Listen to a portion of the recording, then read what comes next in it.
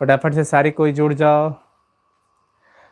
तो class 10th वाले बच्चे स्पेशल यहाँ पे रहेंगे बिकॉज हाँ सब कुछ होगा, टेंशन नहीं लेना है। पहले संस्कृत को कर लेते हैं, सेकंड इंडियन लैंग्वेज है और बहुत बच्चों को इसमें आई होप की ज़रूरत पड़ती है। तो हम चाहते हैं कि आप लोग का भी जैसे क्लास 12th वालों का बहुत ही ज़बरदस्त फीडबैक रहा, उनका प्रिपरेशन भी अच्छा हुआ, उन सबको हम बहुत मिस कर रहे हैं। वो बैच बहुत याद आएगी हमें। लेट नहीं है जी, टाइम पे है, स्टार्ट कर रहे हैं। पता है आज हम लोग करने वाले क्या है आपको पता है? आपका न्यू पैटर्न 10th क्लास वाला सब कुछ तो आपको पता होगा। न्यू मॉडल सेट जो बोर्ड जारी किया है वो भी आपको पता चल ही गया होगा। उस पैटर्न पे आपको एक चीज़ ध्यान रखना है, संस्कृत में विशेष करके अगर मैं बात करूं मेरे प्यारे साथियों, तो आपको पहले पेशेंस बना के रखो। ये मत सोचो कि सर आज संस्कृत क्यों शुरू कर दीजिए, हिंदी पढ़ा दीजिए, साइंस पढ़ा दीजिए, सब कुछ पढ़ाएंगे। Relax, be cool and be enjoy. Enjoy से पढ़ाई करना है और प्रेशर में नहीं आना है, ठीक है ना। मिस यू सबको, तुम सब बहुत याद आओगे यार, बहुत ज़्यादा याद। साथ रहना छोड़ना मत, ठीक है ना। एग्जाम अच्छा गया। तो आज क्लास 10th वालों के लिए हम देखो लेकर के आए हैं प्यूसम। ये जो चैप्टर है ना आपका प्यूसम भाग 2 क्लास 10th का, तो 1 से लेकर के 14 पाठ तक, मतलब कोशिश ये रहेगा कि आपको बोर ना होने दे, बड़ी मजे से पढ़ा दे। आप सब सुनिएगा, एंजॉय कीजिएगा, ठीक है ना। ठीक है, मतलब जो भी बच्चे हैं अभी आप सब भी सुनो, करोगे क्या? 12th वाले भी कुछ बच्चे हैं, थैंक यू सो मच, बहुत ही बढ़िया। तो संस्कृत वालों, अगर आपको चैप्टर का एक्सप्लेनेशन पता हो जाएगा तो आपसे एक भी ऑब्जेक्टिव, माँ कसम बोलते हैं, एक भी नहीं छूटेगा। तो प्यारे साथियों, चैप्टर एक्सप्लेनेशन को सुनिएगा। अगर आपके पास क्लास 10th का जो 10th के बच्चे हैं, अगर बुक होगा तो खोल लीजिए, ओपन करके बैठ जाइए। लेसन 1 से हम शुरू करेंगे और फिर कमाल करेंगे और एकदम बिल्कुल रिलैक्स होकर के। मंगलम पाठ है पहला। मंगलम शब्द का अर्थ क्या होता है? मंगलम भगवान विष्णु, मंगलम गरुड़ध्वज, मंगलम पुंडरीकाक्ष, मंगलाय तनोहरि। जानते हो ना, मंगलम शब्द का अर्थ होता है कल्याणकारी। मतलब कि एक शुभ मुहूर्त कहा जाए, किसी भी चीज का शुभ सूचक मंगलम शब्द होता है। तो मंगल का मतलब हो जाता है कल्याणकारी। ये जो चैप्टर है उपनिषद से लिया गया है, आप लोग ध्यान रखिएगा। Thank you so much sir, love you and miss you, love you to.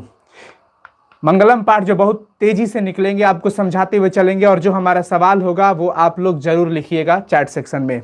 ये जो पाठ है उपनिषद से लिया गया, ध्यान रखिएगा, उपनिषद से लिया गया है। और उपनिषद का अर्थ उप का मतलब हो जाता है समीप, निषद का मतलब उपदेश हो जाता है, ठीक है ना। तो पहला पाठ में हम बात करते हैं तो वो कहां से लिया गया है? उपनिषद से लिया गया है, समझते चलिएगा। उपनिषद जो है वो 2 शब्दों से मिलकर के बना है, उपधन निषद। उपधन निषद, उप का मतलब हो जाता है भैया बहुत ही पास चले जाना, नजदीक, निकट, और निषद का मतलब हो जाता है उपदेश, यानी कि बहुत पास जा करके उपदेश लेना। तो यानी कि गुरु के पास जा करके अगर आप शिक्षा ग्रहण कर रहे हैं, उपदेश ले रहे हैं, तो उसको हम कहते हैं उपनिषद। और इस उपनिषद के जो रचनाकार हैं वो हमारे हैं वेद व्यास जी, महर्षि वेद व्यास, महर्षि वेद व्यास। तो आपसे ये क्वेश्चन पूछा जाएगा कि मंगलम पाठ कहां से लिया गया है, तो आपका जवाब क्या होना चाहिए? उपनिषद से लिया गया है। और उपनिषद के रचनाकार कौन है? वेद व्यास। कौन है? वेद व्यास, महर्षि वेद व्यास, ठीक है ना। तो आप, और ये उपनिषद से इसमें 5 मंत्र संकलित होंगे। 5 मंत्र है। सबसे पहला मंत्र है हिरण्मयेन पात्रेण सत्यस्यापिहितं मुखं तत्वं पुष्ण पावृणु सत्य धर्माय दृष्टये। हिरण्मयेन पात्रेण, सुनते चलिएगा, घबराइएगा मत कि सर स्पीड से बोल रहे हैं, ऐसा नहीं है। आप लोग एकदम आराम से सुनो। हिरण्मयेन पात्रेण, पता है पूरी दुनिया, पूरे संसार के लोग मोह माया में फंसे हुए, हम सब, आपके परिवार, पूरी दुनिया मोह माया में फंसे हुए है, एक दूसरे के रिलेशन में, कमाना, पैसा कमाना, ये हमारे मामा है, चाचा है, दिस दैट, हाबी जाबी, सब में हम लोग व्यस्त हैं। और जो सत्य है उसको नहीं ढूंढ रहे हैं। इस पृथ्वी पर सत्य क्या है? कभी सोचे हो सत्य क्या है भैया? सर जो ऑनलाइन क्लास कराते हैं उसे कौन सा निषद क्या बोलते हैं? ये भी तो पास ही आकर के सीख रहे हो ना, ये भी उपनिषद ही है, ठीक है ना। तो ध्यान रखना, उपनिषद का मतलब मीनिंग समझो यार। तो क्या मैं बताया आपको कि ये पूरी दुनिया जो है वो मोह माया में फंसी हुई है, और सत्य है वही मृत्यु है। जो मृत्यु हुई एक सत्य है। मृत्यु का मतलब ईश्वर को प्राप्त कर जाना। ईश्वर ही सत्य है, बाकी सब मोह माया है।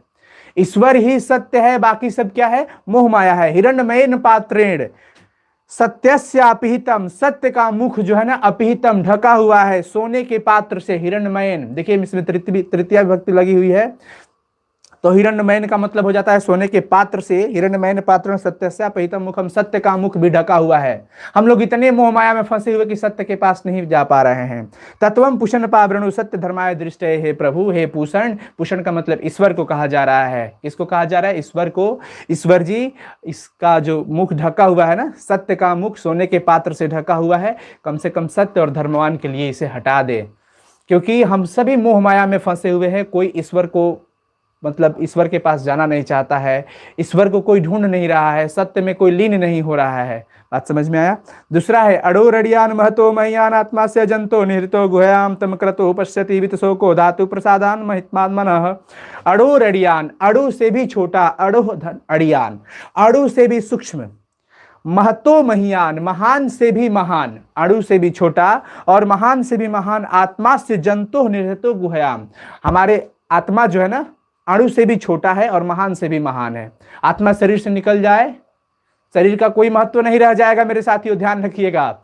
तो हमारे शरीर के जो हृदय रूपी गुफा है ना, हृदय, उसके अंदर छोटा सा छोटा, यानी कि सूक्ष्म, अणु से भी छोटा, अणु से भी छोटा और महान से भी महान आत्मा क्या है? निहित है, स्थित है।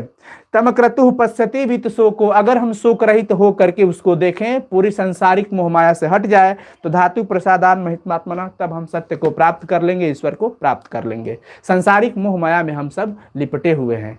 तो अणु से भी छोटा कौन है? आत्मा। महान से भी महान कौन है? आत्मा। ये सब चीज ध्यान रखिएगा आप लोग। सत्यमेव जयते नानृतम, सत्यमेव जयते का मतलब सत्य की जीत होती है। और एक शब्द दिया है नानृतम, नानृतम का मतलब क्या हो जाता है? इसको आप तोड़ोगे तो बनेगा न धन अनृतम, न धन अनृतम। टेंशन मत लीजिएगा, ऑब्जेक्टिव प्रैक्टिस सेट भी करवाएंगे। न का मतलब नहीं, अनृतम का मतलब हो जाता है असत्य। क्या हो जाता है? असत्य। तो सत्यमेव जयते, सत्य की ही जीत होती है, न अनृतम, असत्य की जीत नहीं होती है। बात समझ में आ रहा है ना? पहला चैप्टर है मंगलम। तो सत्यमेव जयते नानृतम, सत्य की ही जीत होती है, असत्य की नहीं। सत्यं पंथा विततो देवयानः, सत्य से ही हम, सत्य के पथ पे ही देवताओं का मार्ग विस्तार हुआ है। हम सत्य के रास्ते पे चलेंगे तभी देवता तक पहुंच पाएंगे। ये नाक्रम त्रिंसयो हयाप्त कामा यत्र तत् सतस्य परम निधानम। ऋषिगण कहते हैं कि हम संसारिक मोहमाया से दूर हटे। ऋषियों का कहना है कि यहाँ सत्य की ही जीत होती है, असत्य की जीत नहीं होती है। सत्य के पथ पर ही हम सत्य के पथ पे चलेंगे, तब ईश्वर को प्राप्त कर पाएंगे। ध्यान रखिएगा ये सब चीजें। यथा नद्यः शंदमानः समुद्रे अस्तम गच्छन्ति नाम रूपे विहाय। यथा नद्यः, जिस प्रकार नदियां शंदमानः समुद्रे, समुद्र में जाकर के मिल जाती है, अस्तम गच्छन्ति नाम रूपे विहाय। अब देखो, आपके गांव में नदी होगी ना जी, आपके गांव में क्या होगी? नदी। तो मतलब मान लीजिए कि कोई पार्टिकुलर गांव है, उसके गांव के जो आसपास नदियां बहती है, उस नदी को भी हम लोग कुछ नाम दे देते हैं। जैसे हमारे गांव की नदी का नाम है धर्मावती नदी, फलाना चिलाना नदी है। मान लीजिए आपके गांव भी आसपास जितनी भी नदियां हैं, ठीक है, हम लोग नदियां देखते हैं, लेकिन वो सारी नदियां समुद्र में जाकर के मिल गई। अब अगर आप कहीं गए हो समुद्र में और कोई कहे कि अरे भाई देखो ना, हमारे गांव वाली नदियां वहां दिखाई दे रही है समुद्र में, ऐसा पॉसिबल है? ऐसा पॉसिबल है? अनुच्छेद सब करवा देंगे केशवराज, टेंशन नहीं लेने को, अनुच्छेद और पत्र सब बताएंगे, बहुत इजी है संस्कृत। बात समझ में आया? ऐसा पॉसिबल है कि अगर मान लो कि नदी तो ठीक है, गांव में है तो नदी के नाम से जानी जा रही है, उसका पार्टिकुलर नाम है तो ठीक है, बट अगर समुद्र के पास जाकर के कोई बोले कि अरे हमारा गांव वाली नदिया हो देविया, हो देखो दो हमारा गांव वाली नदी, ऐसा पॉसिबल है? ऐसा पॉसिबल नहीं है। तो अब देखो, यथा नद्या संदमाना समुद्रे अस्तम गच्छन्ति नाम रूपे विहाय। जिस प्रकार नदियां अपने नाम और रूप को छोड़कर, जिस प्रकार नदियां अपने नाम को और रूप को छोड़ देती है, गांव में है तब तक नाम है उसका, लेकिन जैसे समुद्र में जाकर के मिल गई तो ऐसा नहीं होता है, उसका कोई नाम नहीं है, समुद्र में जाकर के मिल गई। पानी लेकर के आओ आप, उसके घर से उसके घर से उसके घर से उसके घर से 4-5 घर से पानी लेकर के आए और एक जगह उसको क्या करके मिला दिए। मिला देने के बाद क्या कहते हैं कि अरे हमारे वाला पनिया हो देबा, ऐसा पॉसिबल है? बिल्कुल पॉसिबल नहीं है। तो कहा जा रहा है कि यथा नद्यः, जिस प्रकार नदियां स्यंदमानः समुद्रे अस्तम गच्छन्ति नाम रूपे विहाय। जिस प्रकार नदियां अपने नाम को और रूप को छोड़ करके कहां मिल गई? समुद्र में। नदियों को भी मिल जाना है समुद्र में एक दिन, ध्यान रखना है। नदियों को कहां मिलना है? समुद्र में, नाप और रूप को छोड़ करके। तथा विद्वान नाम रूपाद विमुक्तः परात्परम पुरुषम उपैति। तथा यथा मतलब जिस प्रकार, तथा मतलब उस प्रकार। जैसे नदियां अपने नाम को और रूप को छोड़ करके कहां मिल गई थी? समुद्र में। उसी प्रकार विद्वान व्यक्ति भी अपने नाम और रूप को छोड़कर परात्पर पुरुष परमात्मा को प्राप्त कर जाएगा। इसलिए हमें अच्छे कर्म करने चाहिए। हमारी कर्म ही और कृति से ही हमारा यहाँ पे पहचान होने वाला है। बाकी जैसी करनी वैसी भरनी। अच्छा काम करेंगे तो नाम होगा, बुरा काम करेंगे तो कोई नाम नहीं होगा। इसलिए अपने आप को अमर रखना है। तो जिस प्रकार देखिए नदियां अपने नाम और रूप को छोड़कर के समुद्र में मिल जाती है, उसी प्रकार विद्वान व्यक्ति भी जो है वो अपना नाम और रूप यहीं पर छोड़ देगा और परमात्मा को प्राप्त कर जाएगा।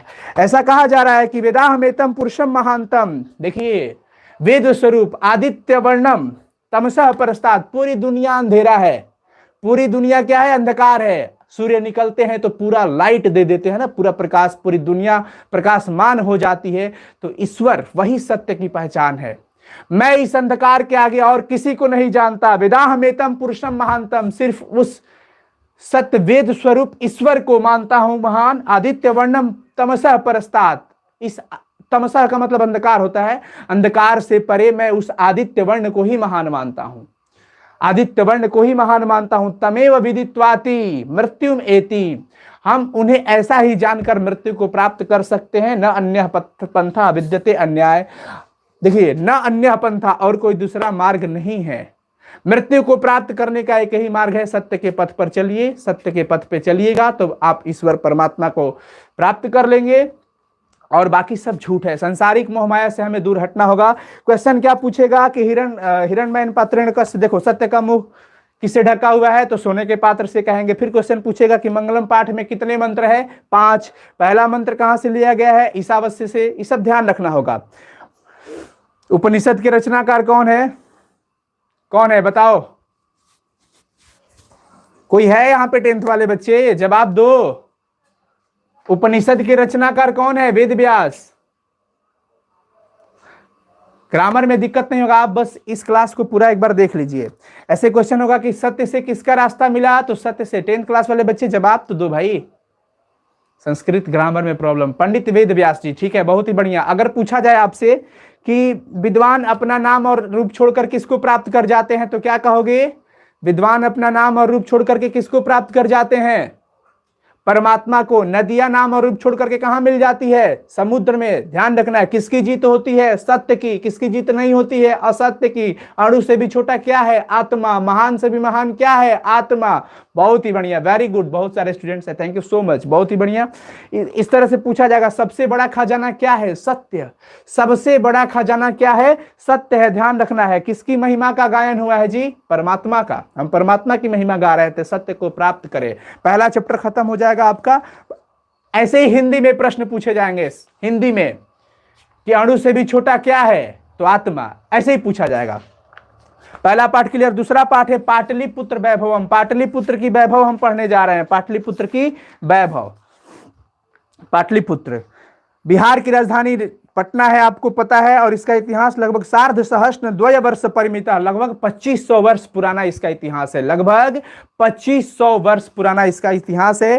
प्राचीनेषु भारतीयेषु नगर विषयतम पाटलिपुत्र अनुगंगम वसद विचित्रम महानगर बभुव। प्राचीनेषु भारतीयेषु, प्राचीन भारत में एक नगर हुआ करता था, गंगा नदी के तट पर बसा हुआ, जिसे हम कहते हैं पाटलिपुत्र। तद विषय दामोदर गुप्तो नाम कवि कूटनिमताख्य काव्य कथयति। इसके विषय में दामोदर गुप्त नाम कवि जो है कूटनिमत काव्य में कहते हैं। अब क्वेश्चन पूछेगा कूटनिमत काव्य किसका लिखा हुआ है? कूटनिमत काव्य किसका लिखा हुआ है? क्या कहोगे? दामोदर गुप्त। कूद, याद रखना, कूद, ट्रिक याद रखिए, कूद, कू से कूटनिमत पूछेगा क्वेश्चन, बहुत इंपॉर्टेंट है। कूटनिमत काव्य जो है वो किसकी रचना है? किसके द्वारा लिखा गया है? दामोदर गुप्त जी के द्वारा। पाटलिपुत्र के बारे में दामोदर गुप्त ने अपने काव्य में लिखा है। क्या लिखा है? देखिए, लिखा है कि अस्ति महितल तिलकम सरस्वती कुल गृहम महानगरम नामना पाटलिपुत्रम परिभूत पुरंदर स्थानम। अस्ति महितल तिलकम, महितल तिलकम, सरस्वती कुल गृहम का मतलब हो जाता है कि विद्या का स्थान, शिक्षा का महान केंद्र। इसका मतलब ये हुआ कि प्राचीन भारतीय क्या पृथ्वी पर पाटलिपुत्र नामक जो जगह है वो शिक्षा का एक बहुत ही अच्छा केंद्र है। ठीक है ना, बहुत ही गौरवशाली है। महितल तिलकम का मतलब इंद्रलोक के समान है। जैसे इंद्रलोक इतना सुंदर दिखने में लगता है, उसी प्रकार से पाटलिपुत्र भी बहुत ही ज्यादा सुंदर लगता है। बहुत ही बढ़िया, बहुत ही बढ़िया। अगली बात करते हैं कि इतिहास से श्रूयते यत गंगाया स्थिरे बुद्ध काले पाटलिग्राम स्थितः आसीत्। इतिहास से सुना जाता है कि यत गंगाया स्थिरे, यह गंगा नदी के तट पर बुद्ध काले पाटलिग्राम स्थितः आसीत्, बुद्ध के काल में, महात्मा बुद्ध के समय में, महात्मा बुद्ध के समय में पाटलिपुत्र गांव हुआ करता था। यत्र च भगवान बुद्ध बहुकृत्वः समागतः, यहां भगवान बुद्ध बहुत बार आए हैं। पूछा जाए क्वेश्चन कि पाटलिपुत्र में बहुत बार कौन आया है, कौन आया है? संजीत कुमार, ग्रामर में दिक्कत है, टेंशन मत लीजिए, कोई दिक्कत नहीं होगा। पाटलिपुत्र में बहुत बार भगवान बुद्ध आया करते थे। तेन कथित मासित, वे कहते थे यत की यद ग्रामो अयम महानगरम भविष्यति, वे कहते थे महात्मा बुद्ध की यह नगर एक न एक दिन महानगर होगा, महानगरम भविष्यति, महानगर होगा। किंतु किंतु कलहस्य, कलह से, अग्नि से और जल से, भयाद सर्वदा आक्रांतम भविष्यति, अग्नि से, कलह से और जल से घिरा हुआ रहेगा। लड़ाई झगड़ा होता रही पटना में। कालांतरण पाटलिग्राम एवं पटलिपुत्र मिति कथितः, इसी को पाटलिग्राम को पाटलिपुत्र कहा गया। चंद्रगुप्त मौर्यस्य काले अस्य नगरस्य शोभा रक्षा व्यवस्था अति उत्कृष्ट साधिते, चंद्रगुप्त मौर्य के काल में, चंद्रगुप्त मौर्य के काल में इसकी रक्षा व्यवस्था अति उत्कृष्ट थी। अति उत्कृष्ट का मतलब हो जाता है बहुत ही अच्छा। क्वेश्चन पूछेगा कि चंद्रगुप्त मौर्य के काल में पाटलिपुत्र की रक्षा व्यवस्था कैसी थी, क्या जवाब दीजिएगा आप लोग? चंद्रगुप्त मौर्य के काल में पाटलिपुत्र की रक्षा व्यवस्था कैसी थी? अति उत्कृष्ट। यूनान राजदूत मेगास्थनीज स्वस्मरण सुनिरूपयति, ये बात यूनान राजदूत मेगास्थनीज भी अपने स्मरण में लिखे हैं। अस्य नगरस्य वैभवम प्रियदर्शिना अशोकस्य समय सुतराम समृद्धम, इस नगर की रक्षा व्यवस्था अशोक के समय में, किसके समय में जी? चंद्रगुप्त मौर्य के समय में अति उत्कृष्ट था, लेकिन राजा अशोक के समय में सुतराम समृद्धम, क्या कहेंगे? सुतराम समृद्धम। यहां से जो क्वेश्चन बनता है ये ध्यान रखिएगा। क्वेश्चन क्या बनेगा? सबसे पहला क्वेश्चन बनेगा कि पाटलिपुत्र गंगा नदी के तट पर स्थित है और कूटनिमत काव्य किसकी रचना है? दामोदर गुप्त की रचना है। चंद्रगुप्त मौर्य के काल में पटना की रक्षा व्यवस्था कैसी थी? अति उत्कृष्ट थी। और राजा अशोक के समय में पूछेगा तो क्या कहिएगा? सुतराम समृद्धम, उससे भी अच्छा। अति उत्कृष्ट का मतलब बहुत अच्छा, लेकिन इससे भी अच्छा हो गया कब? जब राजा अशोक का समय आया तब। एसएसटी में दिक्कत है, कोई दिक्कत नहीं होगा, बस बिलीव रखिए हम पे, हम है ना, सारी प्रैक्टिस आप लोग के लिए करवाएंगे। बहुत सारा क्वेश्चंस कलेक्ट किए हैं, लिखे हैं, टेस्ट सीरीज भी आपको हम देंगे। आप डेली टेस्ट दे सकते हैं, डेली टेस्ट दीजिए और आंकिए कि कौन सा क्वेश्चन इंपॉर्टेंट है और कितना आप सही कर पा रहे हो। लास्ट तक देखिए हमारे क्लास को और आपको मैं बताऊंगा। बहुकालम पाटलिपुत्र से प्राचीना सरस्वती परंपरा प्रावर्तता इति राजशेखर स्वकाव्य मीमांसा नामक कवि शिक्षा प्रमुख ग्रंथ साधारण स्मृति। राजशेखर ने अपने काव्य मीमांसा में भी इसका चर्चा किया है। काव्य मीमांसा किसकी रचना है? राजशेखर की। किसकी? काव्य मीमांसा राजशेखर, राजशेखर की, ठीक है ना। उसमें भी पाटलिपुत्र के बारे में कहा गया है, मैंने भर पेट बड़ाई भइल बा। अत्रोपवर्ष वर्षा विह पारिणी पिंगल बाही व्याड़ी वर रुचि पतंजलि यह परीक्षिता ख्याति मुपु जगमुहु। यहाँ वर्षों से पारिणी, पिंगल, व्याड़ी, वर रुचि, पतंजलि ये सब पढ़ करके पटना की धरती से ही परीक्षित हुए हैं। हिंदी संस्कृत ग्रामर टेंशन मत लो मेरे भाई। कतिपयेषु प्राचीन संस्कृत ग्रंथेषु पुराणादिषु पाटलिपुत्रस्य नामांतरम पुष्पपुरम कुसुमपुरम व प्राप्यते। कहीं कहीं प्राचीन ग्रंथों में, पुराणों में पाटलिपुत्र का नाम मिलता है, पुष्पपुर और कुसुमपुर। क्वेश्चन बनेगा कि पाटलिपुत्र के पुराना नाम क्या है, तो क्या कहोगे? पुष्पपुर और कुसुमपुर, पुष्पपुर और कुसुमपुर, ध्यान रखना है आपको। क्या कहेंगे? कहीं कहीं प्राचीन ग्रंथों में और पुराणों में पाटलिपुत्र का नाम क्या मिलता है? क्या मिलता है? पुष्पपुर और कुसुमपुर। हाँ जी, ऑब्जेक्टिव करवाएंगे, टेंशन मत लीजिए। पहले एक्सप्लेनेशन ये पूरा समझ लीजिए आप लोग, महामैराथन क्लास है।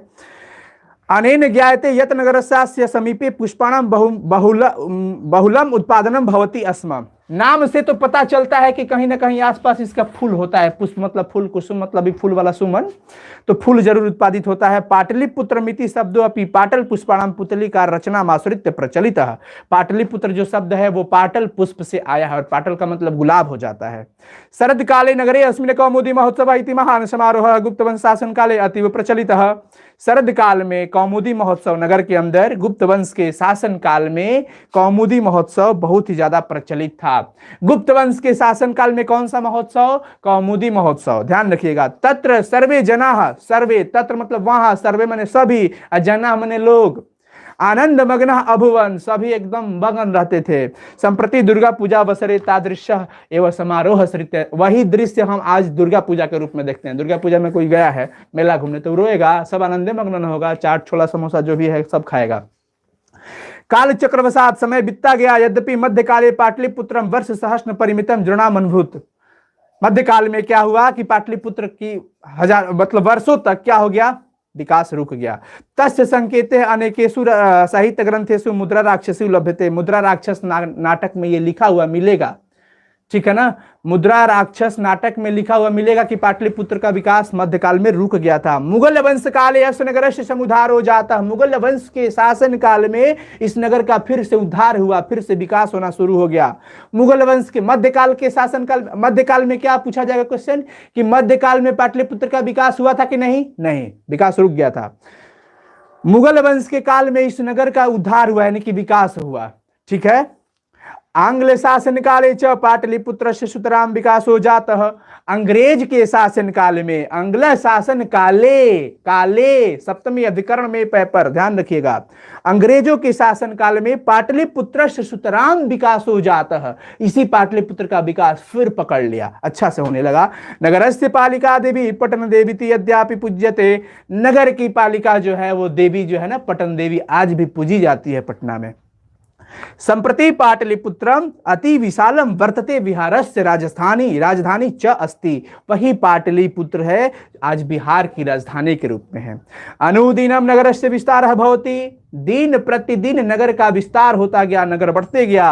अस्योत्तराश्याम दिशि गंगा नदी प्रवहति, इसके उत्तर दिशा में गंगा नदी बहती है, ठीक है ना। कौन सी नदी बहती है उत्तर दिशा में, गंगा नदी बहती है साहब, ध्यान रखिएगा आप लोग। तस्या ऊपरी गांधी सेतु नाम से एशिया महादेश से दीर्घतम सेतु, वही गंगा नदी के ऊपर एशिया महादेश का सबसे दीर्घ सबसे लंबा सेतु जो है वो है। नगरे अस्मिन उत्कृष्ट संग्रहालय म्यूजियम है, उच्च न्यायालय, हाई कोर्ट, सचिवालय, गोलघर, तारामंडल, चिड़ियाघर, मौर्य कला अवशेष, महावीर मंदिर, फलाना चिलाना सब पड़ा हुआ है पटना में, भरपेट। सही बात है, पटना में है, आप कभी आए होंगे, देखे होंगे। प्राचीन पटना नगरे सिख संप्रदायस्य पूजनीयम स्थलम दशम गुरु गोविंद सिंहस्य जन्म स्थानम गुरुद्वारेति नामना प्रसिद्धम वर्तते। सिख संप्रदाय के 10वें गुरु, सिख संप्रदाय के 10वें गुरु कौन, सिख संप्रदाय के 10वें गुरु जिनका नाम था गुरु गोविंद सिंह का जन्म स्थान भी यही पटना में है, जिसे हम गुरुद्वारा के नाम से जानते हैं। किस नाम से जानते हैं, गुरुद्वारा। तत्र देशस्यास्य तीर्थयात्रिणः दर्शनार्थमायान्ति ही, आज पटना जो है ये एक पर्यटन स्थल बन गया है, देशों से बहुत लोग तीर्थयात्री यहाँ पर आते हैं घूमने के लिए। तो पाटलिपुत्र का वैभव बहुत अच्छा है।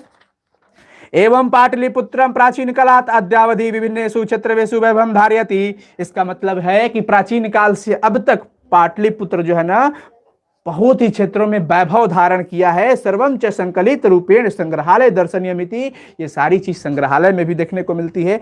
पर्यटन मानचित्र नगरमिदं महत्वम पूर्णम, पर्यटन घूमने के हिसाब से भी देखा जाए तो पाटलिपुत्र एक अच्छा जगह है जहां पे बहुत ही लोग आ रहे हैं।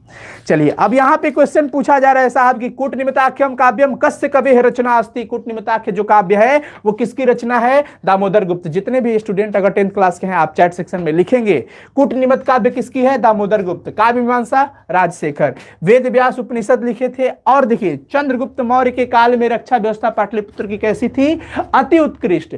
चंद्रगुप्त पूछिए भैया तो कहिए अति उत्कृष्ट। अगर अशोक जी आजी हैं तो सुतराम समृद्धम, ठीक है ना।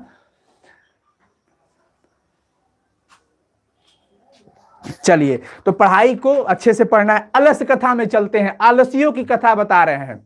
आलसियों की कथा है और ये विद्यापति जी के द्वारा लिखा गया है। एक पुरुष परीक्षा है, पुरुष परीक्षा ग्रंथ, वहां से ही लिखा गया है। पुरुष परीक्षा ग्रंथ का नाम क्या है, पुरुष परीक्षा। तो क्वेश्चन पूछा जाएगा आपसे,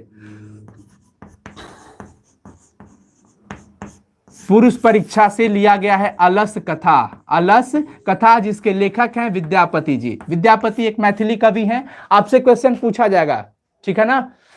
तो अलस कथा कहां से लिया गया है, पुरुष परीक्षा ग्रंथ से लिया गया है, जो जिसके लेखक कौन है, विद्यापति जी।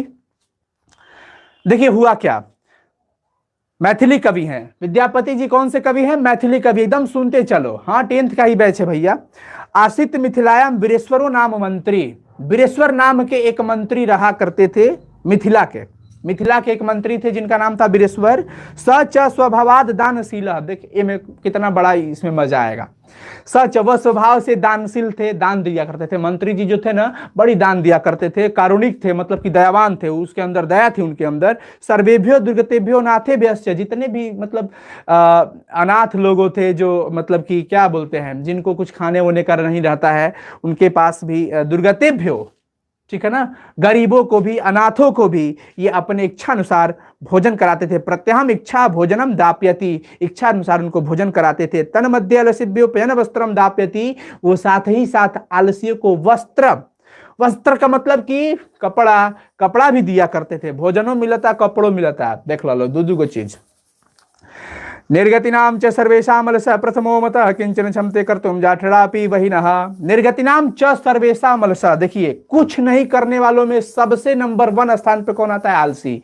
आलसी एक ऐसा इंसान होता है जो कुछ नहीं करता है। अपन ने देखिए लिखा गया है कि किंचन क्षमते कर्तुम जाठरापि वहिनः, अपने जठर पेट में अगर भूख भी लगे ना तो भूख को भी वो क्या करता है, भूख को पचाने की कोशिश करेगा, फिर भी वो खाना का व्यवस्था करने के चक्कर में नहीं रहेगा।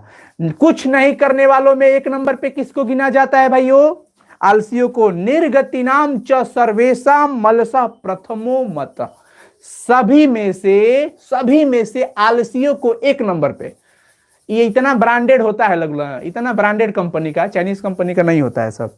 स्थिति ततो अलस पुरुषाणाम तत्रेष्ठ लाभम श्रुत्वा बहव स्तुंद, देखिए आलस पुरुष सुन लिए ना कि अरे भाई मंत्री जी तो पूरा गर्दा उड़ा दिए हैं, भोजनों दे रहे हैं और साथ साथ कपड़ों भी दे रहे हैं।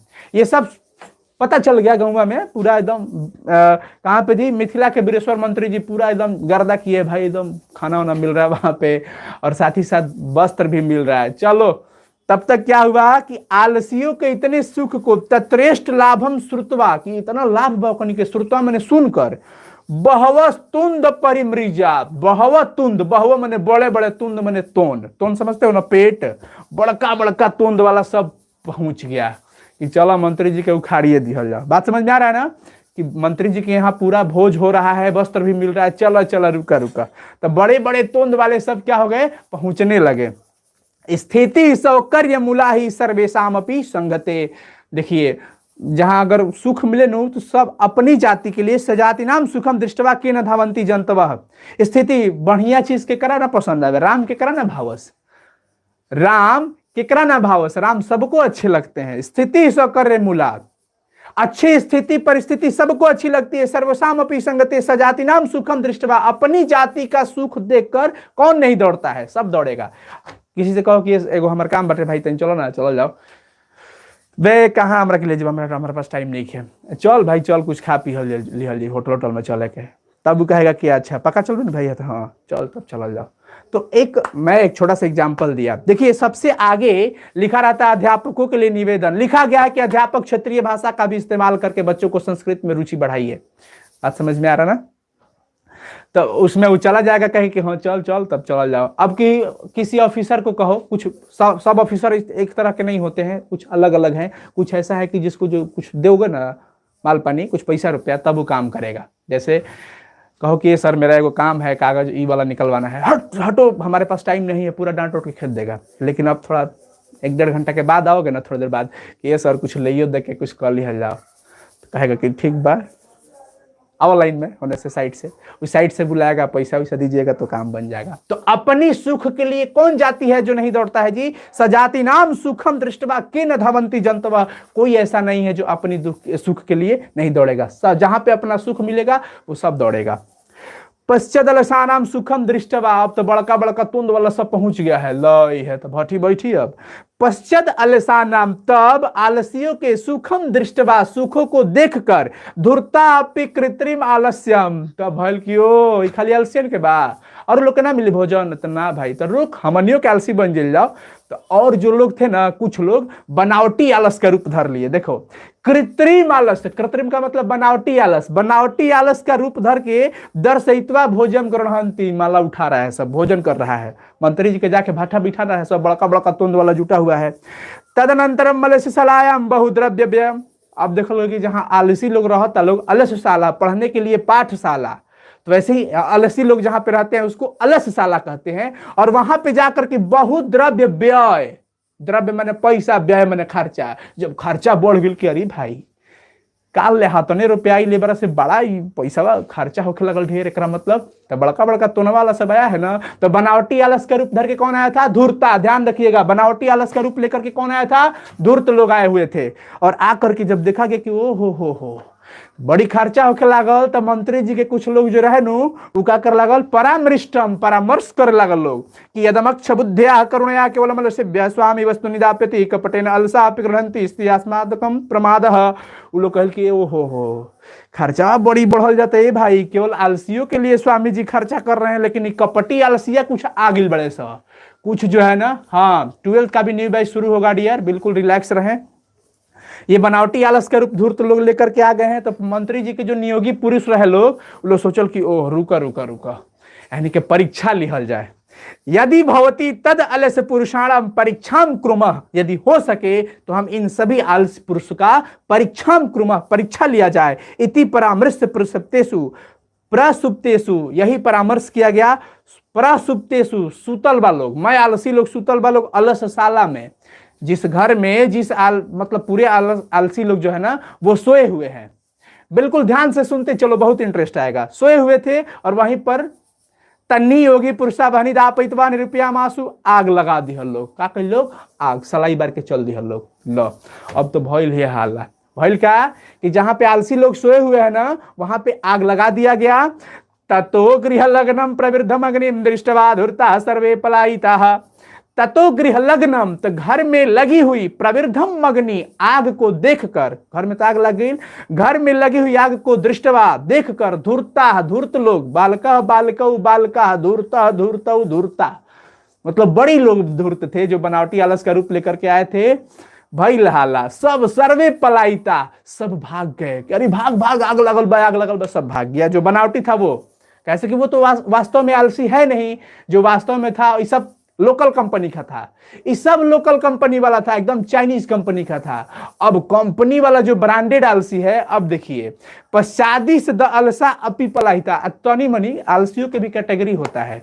कई टाइप के आलसी होते हैं। एक तो आलसी होते नहीं है लेकिन माहौल देख करके थोड़ा आलसी बन गए हैं। एक थोड़ा थोड़ा होते हैं, यानी चाइनीज कंपनी वाला होता है, और एक होता है ब्रांडेड कंपनी वाला। तो ब्रांडेड कंपनी वाला जो है वो कुछ नहीं करेगा, वो ठंडा उंडा के दिन में रह जाइयो नहीं, सोचता है कि सब हम यहीं पर रही आराम से, चाय पानी जे आ जाओ, कहीं निकल रहा हूं के मत पड़े।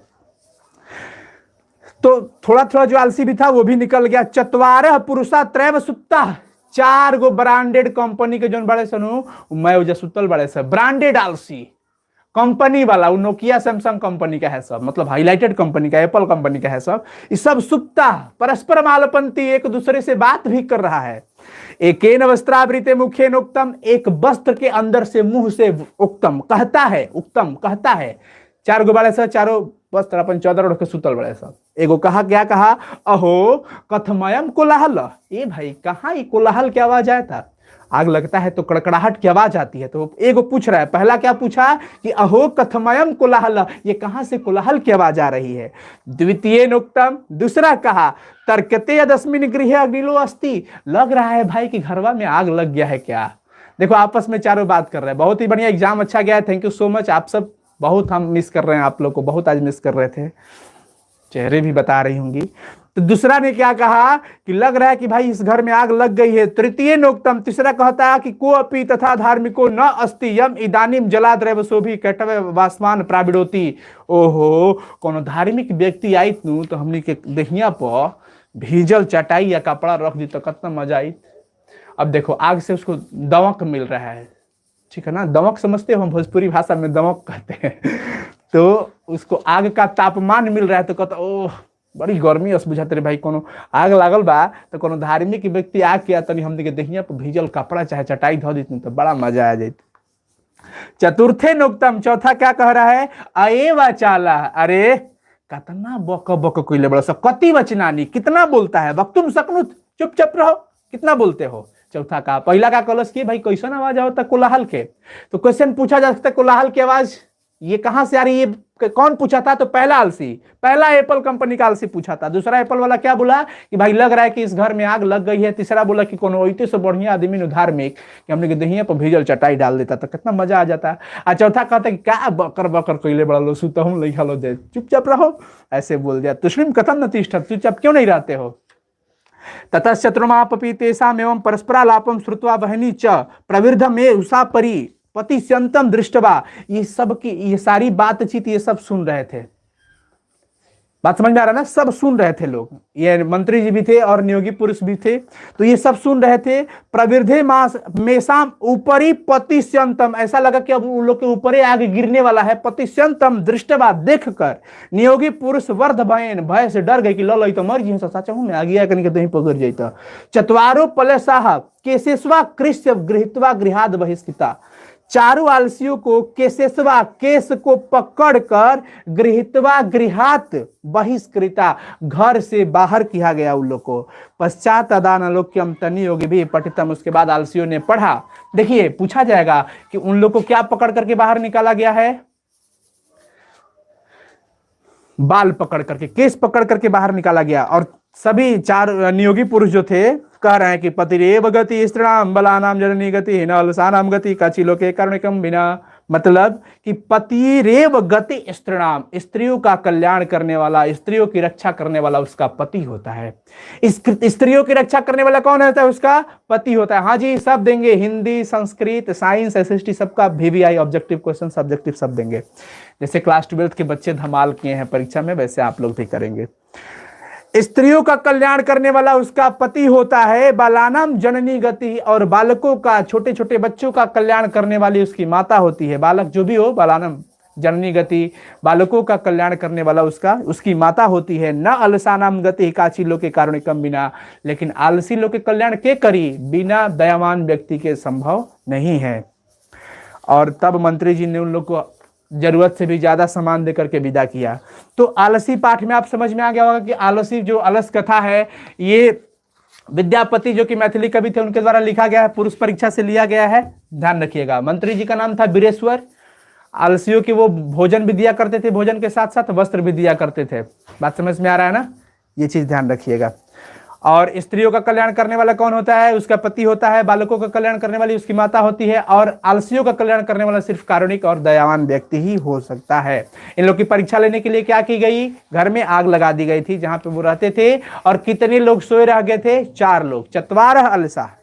अब चलिए अगला बात करते हैं हम लोग। चतुर्थ पाठ है संस्कृत साहित्य लेखिका।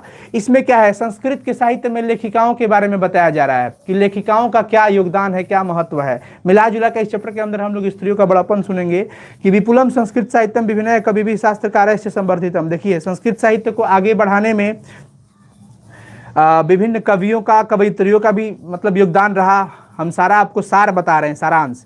वैदिक कालादारभ्य शस्त्राणाम काव्यानां च रचने संरक्षणे च यथा पुरुषा दत्तचिता अभवन तथैव स्थिति। देखिए जैसे वैदिक काल से शास्त्रों का और काव्य का रचना करने में, संरक्षण करने में जिस प्रकार पुरुषों का योगदान रहा, उसी प्रकार स्त्रियों का भी योगदान रहा।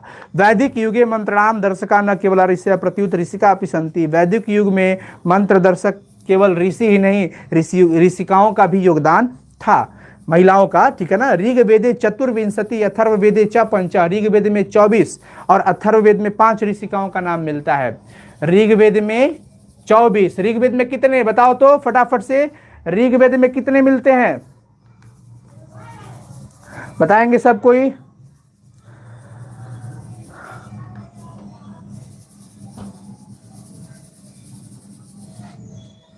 चौबीस। Very good. और अथर्ववेद में 5। अथर्ववेद में कितने हो जाएंगे? 5। बहुत ही बढ़िया। गणेश कुमार हैं, Dharmendra Kumar, Ekta Soni, cute army K P, Ritesh Singh, Om Prakash, SK Chirag, gamer X, अरे वाह, अजीत, एसके पांडे, रंजन, प्रवीण कुमार, करीना सिंह।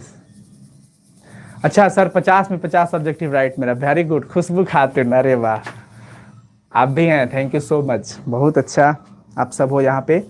चतुर्विंशति, अथर्ववेद में 5 और ऋग्वेद में 24 ऋषिकाओं का दर्शन मिलता है। और अथर्ववेद वालों में यमी, अपाला, उर्वशी, इंद्राणी, बगामरी ये नाम है, आप देख लीजिएगा।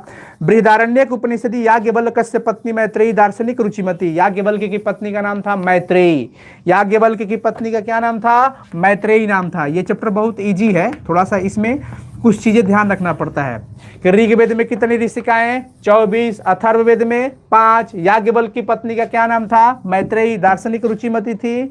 और याज्ञवल्क्य किसकी शिक्षा देते हैं? आत्म तत्व की शिक्षा देते हैं। याज्ञवल्क्यम आत्म तत्वम शिक्षयति जनकस्य सभायाम शास्त्रार्थ कुशला गार्गी वाचक्नवी तिष्ठति स्म। जनक के सभा में गार्गी जो थी बैठती थी।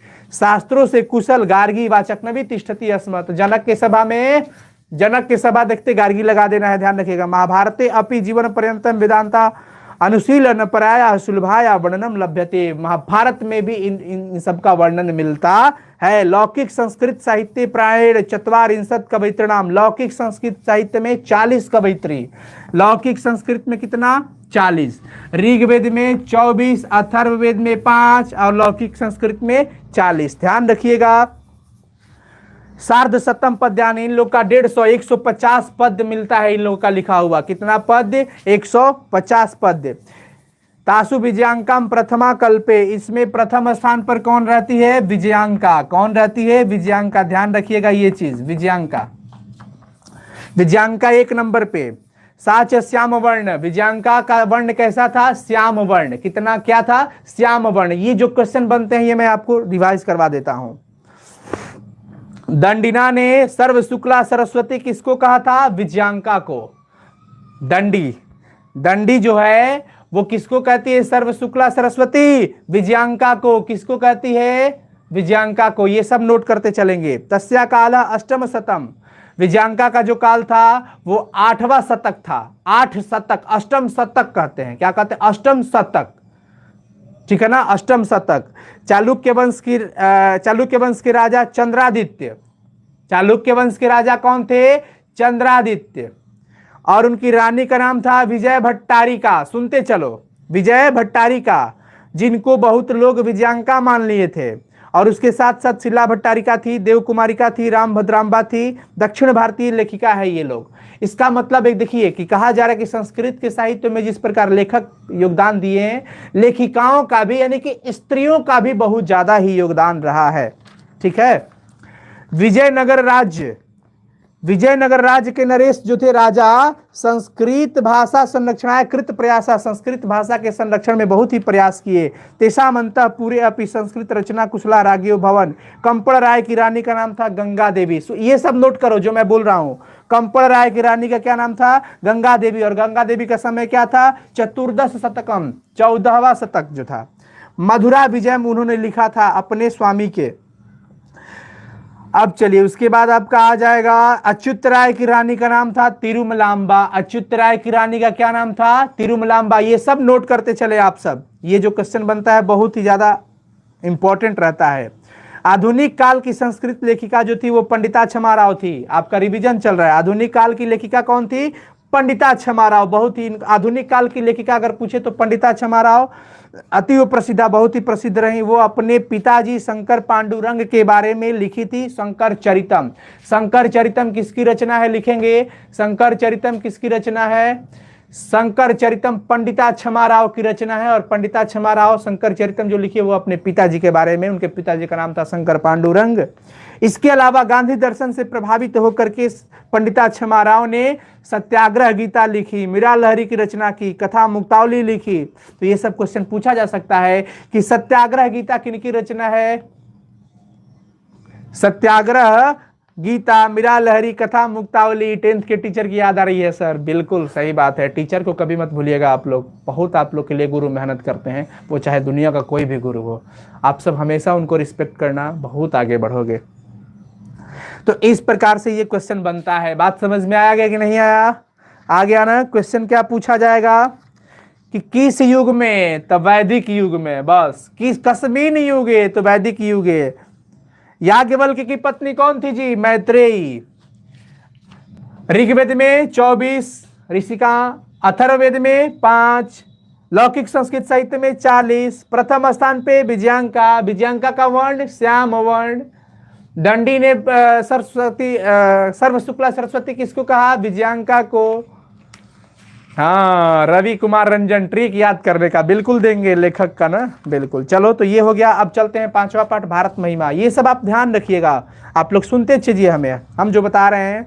देखिए, हमारा देश का नाम है भारतवर्ष, अस्य महिमा सर्वत्र ज्ञेयते। इसकी महिमा को सभी जगहों पर गाया जाता है। पाठे अस्मिन् विष्णु पुराणात् भागवत पुराणात् च प्रथमम द्वितीयम च क्रमशः पद्यम गृहीतमास्त। ये जो पाठ है ना, जो कुछ इसके 2 श्लोक लिखे गए हैं वो पुराण से है। कहां से है? पुराण से। और पहला श्लोक ध्यान रखिएगा विष्णु पुराण से है।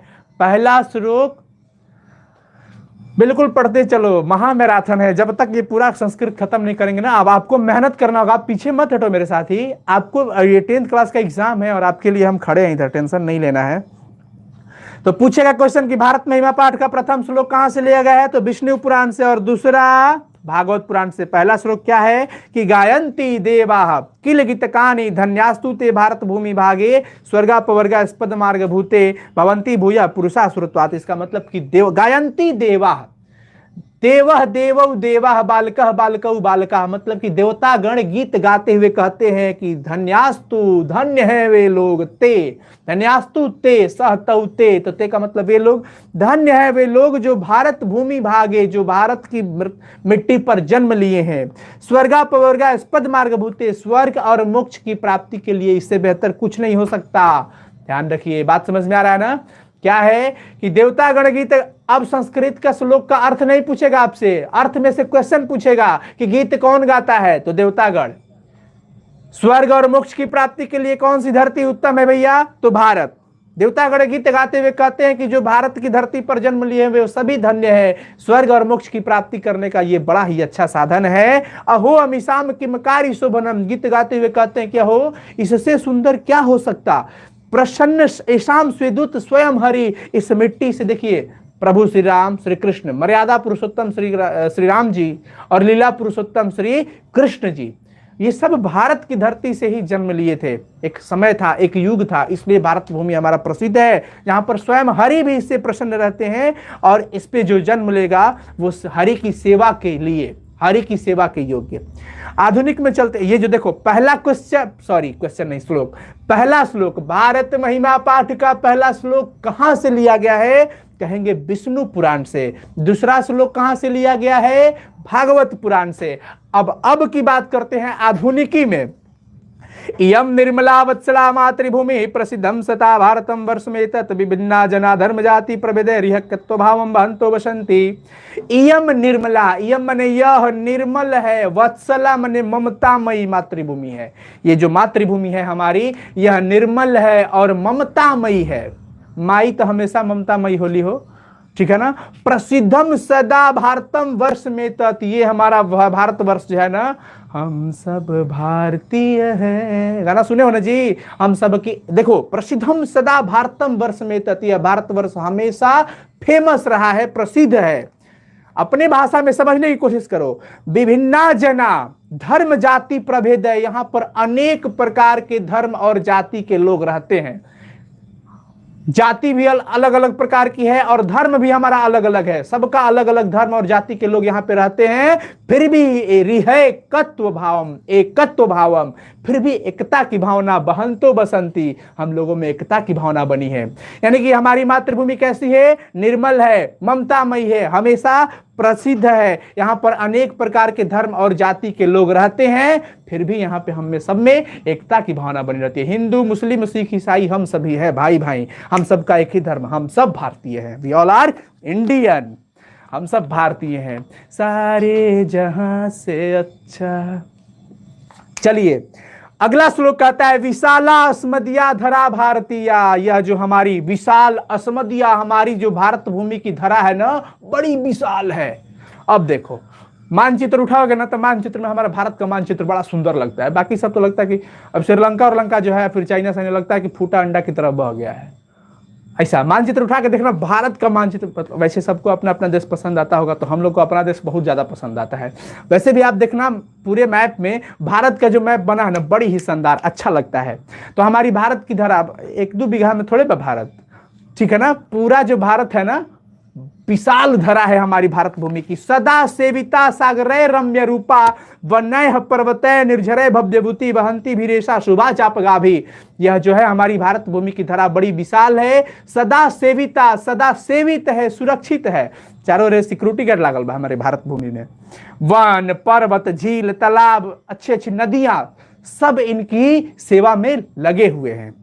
जगत गौरवम भारतम शोभनीयम, जगत गौरवम, इस पूरे जगत में गौरव है हमारा भारत, शोभनीय है, सुंदर है।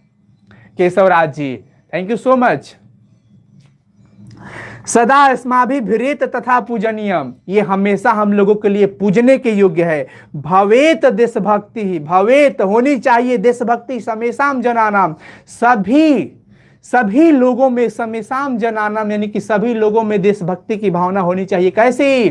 पर आदर्श रूपा सदा वर्जनीय। अब देखो, भक्ति की भावना होके के चाहिए। आजकल के भक्ति शॉर्टकट हो गई, 4G भक्ति, पूजो करतनी आ घंटी बाजता, फिर कहम कि तुम देखिए तो बबी कुकर कई गो सीटी दिलस।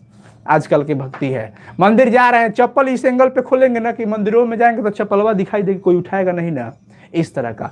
लेकिन भक्ति होनी चाहिए कैसी? जल, गंगाजल, अगरबत्ती, फूल देखने से कोई मतलब नहीं है, सच्चे मन से भक्ति होनी चाहिए। तो कह रहा है कि हमारा जो जगत में पूरा जो गौरव है ना, वो हमारी भारत भूमि है, सुंदर है। हमेशा हम लोगों हम सभी को इसकी पूजा करनी चाहिए, पूजने के योग्य है। देशभक्ति जो होनी चाहिए वो परम आदर्श रूप से होनी चाहिए। बात समझ में आया ना?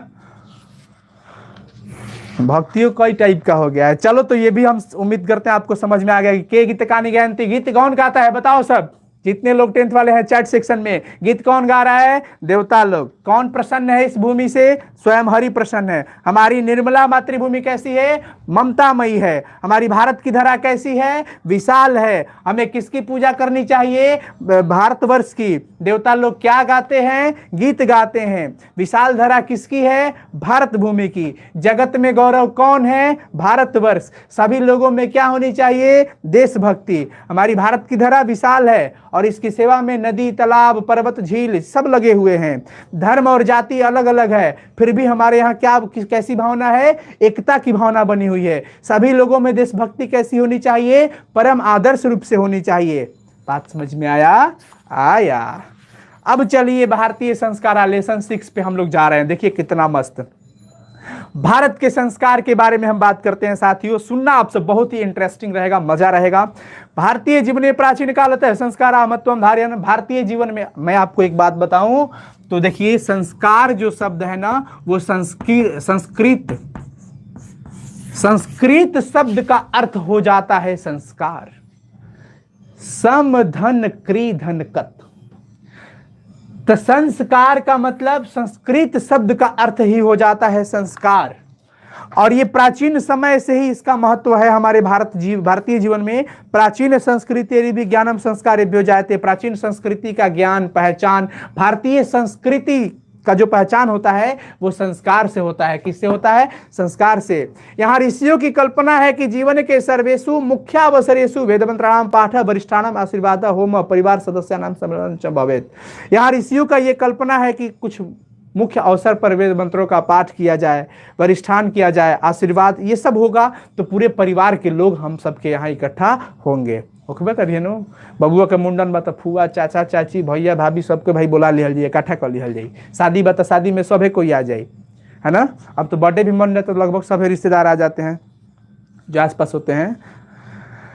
तत् सर्वम संस्करणम अनुष्ठाने संभवती, तो इसके लिए संस्कार रखा गया और ये सारा चीज संस्कार से ही संभव है। अब देखिए, एवं संस्कारः महत्वम धारयन्ति, इस प्रकार से संस्कार का बहुत अधिक महत्व है।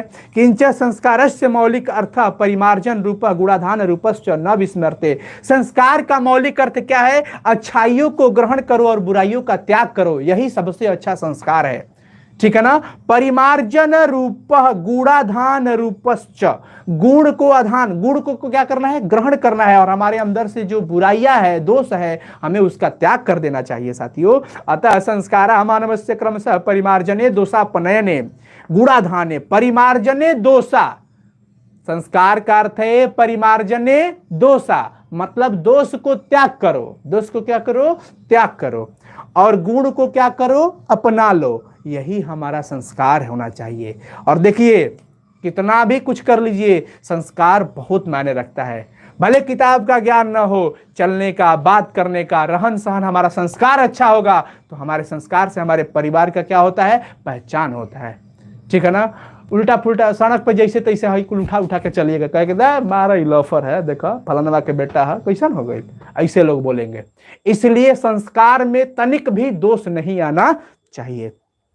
संस्कार प्रायेण पच विधा संति, संस्कार की 5 विधि है जी भैया। कितने? 5 विधि है। जन्म पूर्वस्त्रय, जन्म से पहले के गो?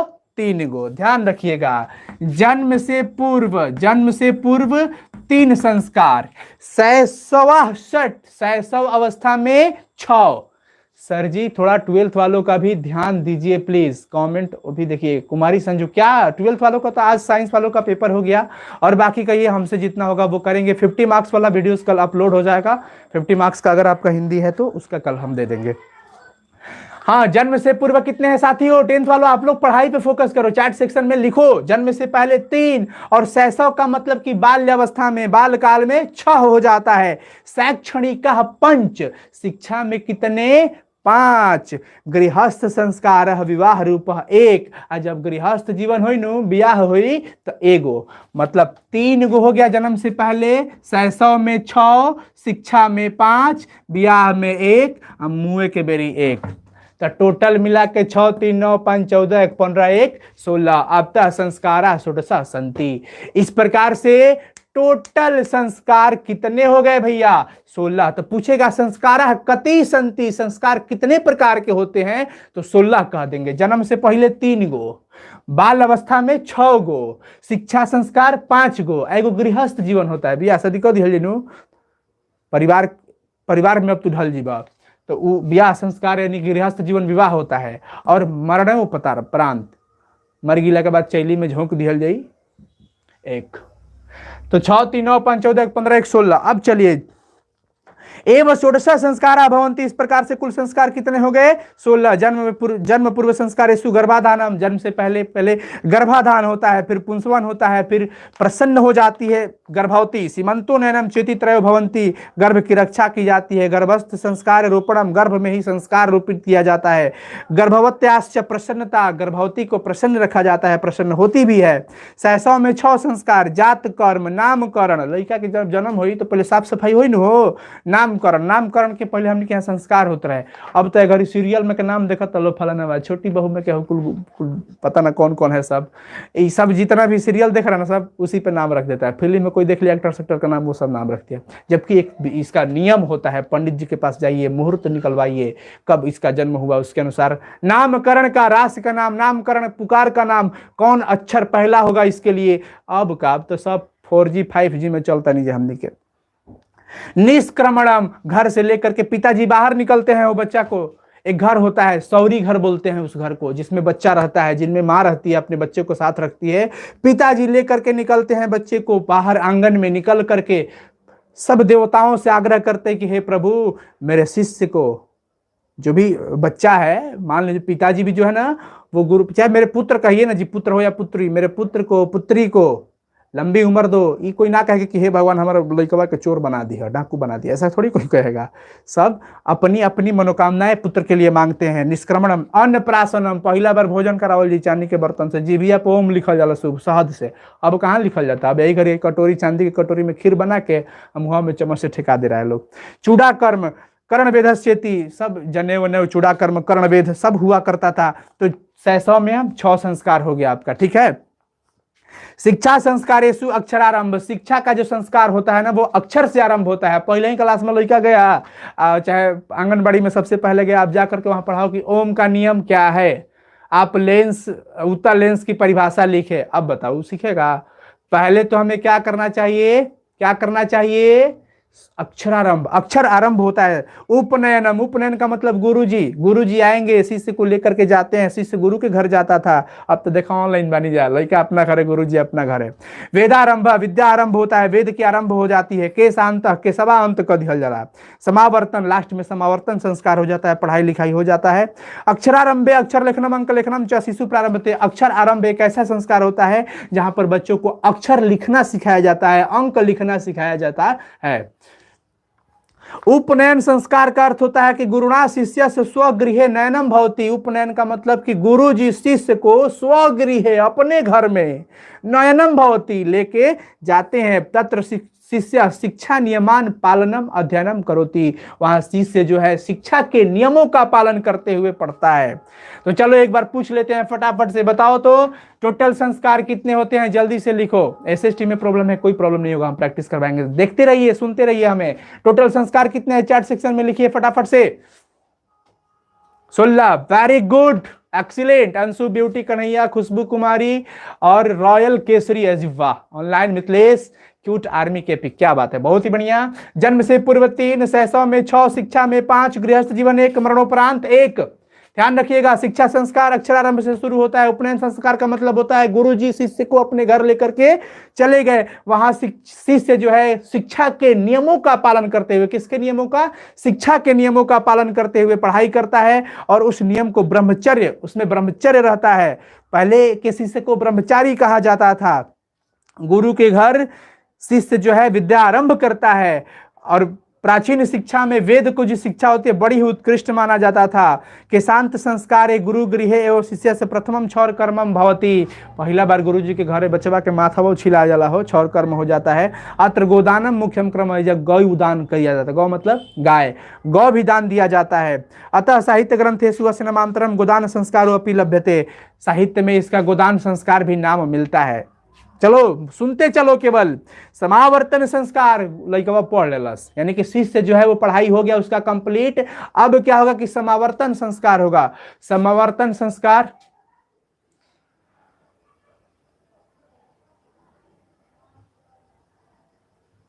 ठीक है ना।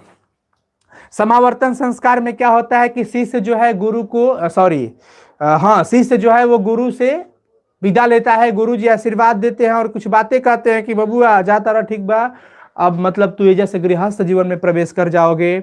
सत्यम वद, हमेशा सत्य बोलना। धर्मम चर, धर्म के रास्ते पर चलना। अपने आप की परीक्षा, ये सब सारी बातें, अच्छी अच्छी बातें गुरु जी सिखा करके बच्चे को अपने घर भेज देते हैं और बताते हैं कि अब से आपका गृहस्थ संस्कार में अब आप प्रवेश कर जाइएगा।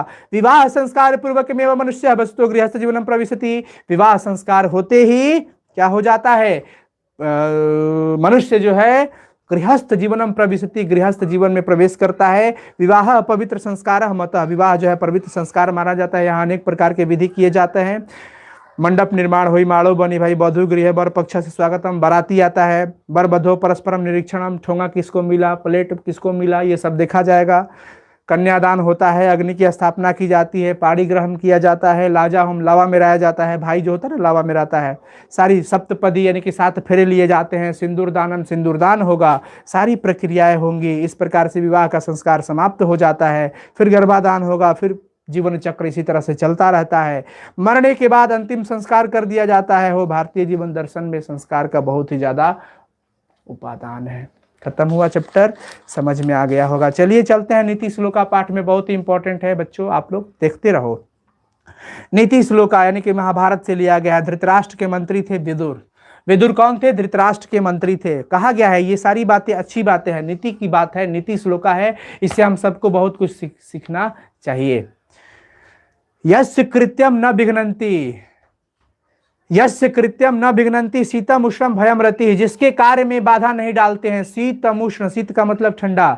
सर टेस्ट कैसे दे सकते हैं? देखिए मैं टेस्ट के बारे में अभी बताऊं कि लास्ट में बता दूं, पहले पढ़ाई कर लेते हैं। या फिर टेस्ट के लिए आपको देखिएगा हमारे इस वीडियो के डिस्क्रिप्शन में एक लिंक है, ठीक है ना, वहां से आपको ऐप इंस्टॉल कर लेना है। ऐप का नाम है साइंस संग्रह। प्ले स्टोर पे भी आप सर्च कर सकते हो, थोड़ा नीचे में आएगा क्योंकि अभी तो कल ही पब्लिश हुआ है, लॉन्च हुआ है। तो लिंक हम दे दिए हैं, उस ऐप को इंस्टॉल कर लीजिएगा। इंस्टॉल करने के बाद अपना मोबाइल नंबर वगैरह सब डाल लीजिएगा और डाल करके ही अपना वो उसमें टेस्ट सीरीज है, टेस्ट तो जरूर एग्जाम तक डेली एक एक सब्जेक्ट का, सारे सब्जेक्ट का उसमें एक एक सीरीज चलेगा, टेस्ट देते रहिएगा। चलिए अभी पढ़ लेते हैं। जिसके कार्य में ठंडा, गर्मी, सुख, दुख, भय ये सब बाधा नहीं डालता है वही विद्वान है, वही ज्ञानी है, वही पंडित है। ऐसा ना कि बार ठंडा बा तो हम पढ़े ना जिमे भाई, ऐसा नहीं करेंगे। गर्मी बा तो हम पढ़े ना जिम, ढेर गर्मी, अरे भैया ठंडा गर्मी सुख दुख ये सब आते रहता है, अपना काम निरंतर करते रहना है। यश कृत्यम न विघ्नन्ति सीतामुषम भयमृति समृद्धि समृद्धि वा सवै पंडित उच्यते। जिसके कार्य में ठंडा गर्मी सुख दुख ये सब बाधा नहीं डालता है वह पंडित कहा जाता है, विद्वान कहा जाता है। तत्वज्ञ सर्वभूतानाम योगज्ञ सर्वकर्मणाम। सभी जीवों के रहस्य को जानने वाला, सभी के कर्मों को जानने वाला, मनुष्यों के उपायों को जानने वाला व्यक्ति क्या कहलाता है? पंडित कहलाता है। अनाहुतः प्रविशति, जो बिना बुलाए प्रवेश कर जाए। अपृष्ठो बहुभाषते, बिना पूछे बहुत बोले। अविश्वस्ते विश्वसिति, विश्वास नहीं करने वालों पर विश्वास करे। मूढ़ चेता नराधम, वह सबसे मूर्ख हृदय वाला नीच व्यक्ति होता है। बिना पूछे नहीं बोलना चाहिए, बहुत ज्यादा नहीं बोलना चाहिए। बिन बुलाए प्रवेश भी नहीं करना चाहिए। जो बिन बुलाए प्रवेश करे, बिना पूछे बहुत बोले, विश्वास नहीं करने वालों पर विश्वास करे, वो मूर्ख हृदय वाला व्यक्ति होता है। ध्यान रखिएगा। एको धर्म परम श्रेय, एक धर्म है जो परम श्रेष्ठ है। इसको सुनते चलिए। एक धर्म है जो परम श्रेष्ठ है। क्षमा का शांति उत्तमा, एक क्षमा है जो उत्तम शांति है। क्वेश्चन पूछेगा कि उत्तम शांति कौन है, तो कहेंगे क्षमा। परम श्रेष्ठ कौन है? धर्म। विद्या का परमा तृप्ति, एक विद्या है जो परम तृप्ति है। और अहिंसा है जो सुख देती है। तो सुख देने वाली अहिंसा, तृप्ति देने वाली विद्या, शांति देने वाली क्षमा। क्षमा कर दो, शांति फील होगा। और एक धर्म है जो परम श्रेष्ठ है। ध्यान दीजिएगा। त्रिविधम नरक सेतुम द्वारम नाशनात्म काम क्रोध तथा लोभ स्मात् त्रयम त्यजेत। नरक के 3 द्वार है, काम क्रोध तथा लोभ। भैया अपने आप को नष्ट होने से बचाने के लिए हमें इन तीनों को त्याग कर देना चाहिए। ठीक है ना? बात समझ में आया कि नहीं आया? सर आपका नंबर क्या है? 9155181020, 9155181020। अभी बंद होगा, ठीक है, क्योंकि क्लास टाइम है अभी। 91551020, 9155181020। 4-5 बार बोल चुके हैं। कभी भी कोई दिक्कत हो तो आप कॉल कर सकते हो। हाँ, तो क्या समझ में? बातचीत नहीं, पढ़ाई पे फोकस करो। नरक के कितने द्वार हो गए? 3। नरक के 3 द्वार, काम क्रोध तथा लोभ। अपने आप को नष्ट होने से, अपने आत्मा को नष्ट होने से बचाने के लिए क्या करना होगा? तीनों को त्याग करना होगा। नंबर आप अपना डालिएगा। ऐप जब आप इंस्टॉल करोगे ना तो आप अपना नंबर डाल देना। षड दोषा पुरुषण हातव्या भूमिति मिक्षता। देखिए, ऐश्वर्य चाहने वाले व्यक्ति को 6 दोषों का त्याग करना चाहिए। ऐश्वर्य चाहने वाले लोगों को कितने दोषों का त्याग करना होगा? 6 दोषों का। निंद्रा, निंद्रा मतलब नींद त्यागिए, ओवर मत सुतिए। 6 घंटा सुते मतलब 6 घंटा सुता, तनी मिनी कमो सुत सक, लेकिन हम 10-10 घंटा 8-8 घंटा सोने लगे, ये अच्छी बात नहीं है। निंद्रा त्यागना पड़ेगा। तंद्रा, तंद्रा माने उघाई, आलसी। अति भोजन कीजिएगा तो आलसी बन जाइएगा, उघाए लगेगा। पापा का बबू इतने ही काम कर दे तो ठीक है पापा कह दे, ये सब मत कीजिए। उंघाए वाला काम समझ रहे हो ना? अति भोजनम। भयम, भय, क्रोध, आलस। दीर्घ सूत्रता का मतलब होता है काम टालने की बीमारी। तो ऐश्वर्य चाहने वाले व्यक्तियों को 6 दोषों का त्याग करना चाहिए। सत्येन रक्षते धर्मो, सत्य से धर्म की रक्षा होती है। योग से विद्या की रक्षा होती है। साफ सफाई से, उबटन से रूप की रक्षा होती है। सत्येन रक्षते धर्मो, विद्या योगेन रक्षते, मृजया रक्षते, रूपम कुलम मृतेन रक्षते। सत्य से धर्म की रक्षा होती है, योग से विद्या की रक्षा होती है, और मृजया रक्षते रूपम। रूपवा के साफ सफाई नहीं होगा तो रूप की रक्षा नहीं होगी। तो मृजया का मतलब स्वच्छता, स्वच्छता से रूप की रक्षा होती है। कुलम वृतेन रक्षते, और अच्छे कर्मों से हमारे कुल खानदान की रक्षा होती है। सुलभा पुरुषा राजन सततम प्रिय वादना। हे राजन, आजकल तो प्रिय बोलने वाले और सुनने वाले बहुत ही मिलते हैं, अब प्रिय बोलने वाले और सुनने वाले तो बहुत ही कम है। अगर सच बात बोला जाता कभी भी, भले लोग के बाउर लागो, उससे मतलब नहीं है। सच कड़वा है, लोग सुनना पसंद नहीं करते हैं सच को। सच एक ऐसा कड़वा होता है जिसको लोग सुनना पसंद तक नहीं करते हैं, लेकिन असत्य को बहुत ही ज्यादा वो सुनते हैं। ठीक है ना? पूजनीय महाभागा पुण्यास्य गृहदीप्तया, घर की स्त्री जो है ना हमेशा पूजने के योग्य है। सौभाग्यवती स्त्री जो है हमेशा घर की दीपक होती है, घर की ज्योति होती है, पूजने के योग्य होती है। इसमें भी घरों में इनकी रक्षा जो है ना, रक्षा विशेषता विशेष रूप से रक्षा होती है और होनी भी चाहिए। सॉरी कॉमर्स नहीं पढ़ाते हैं, आरके एडिटेक्स।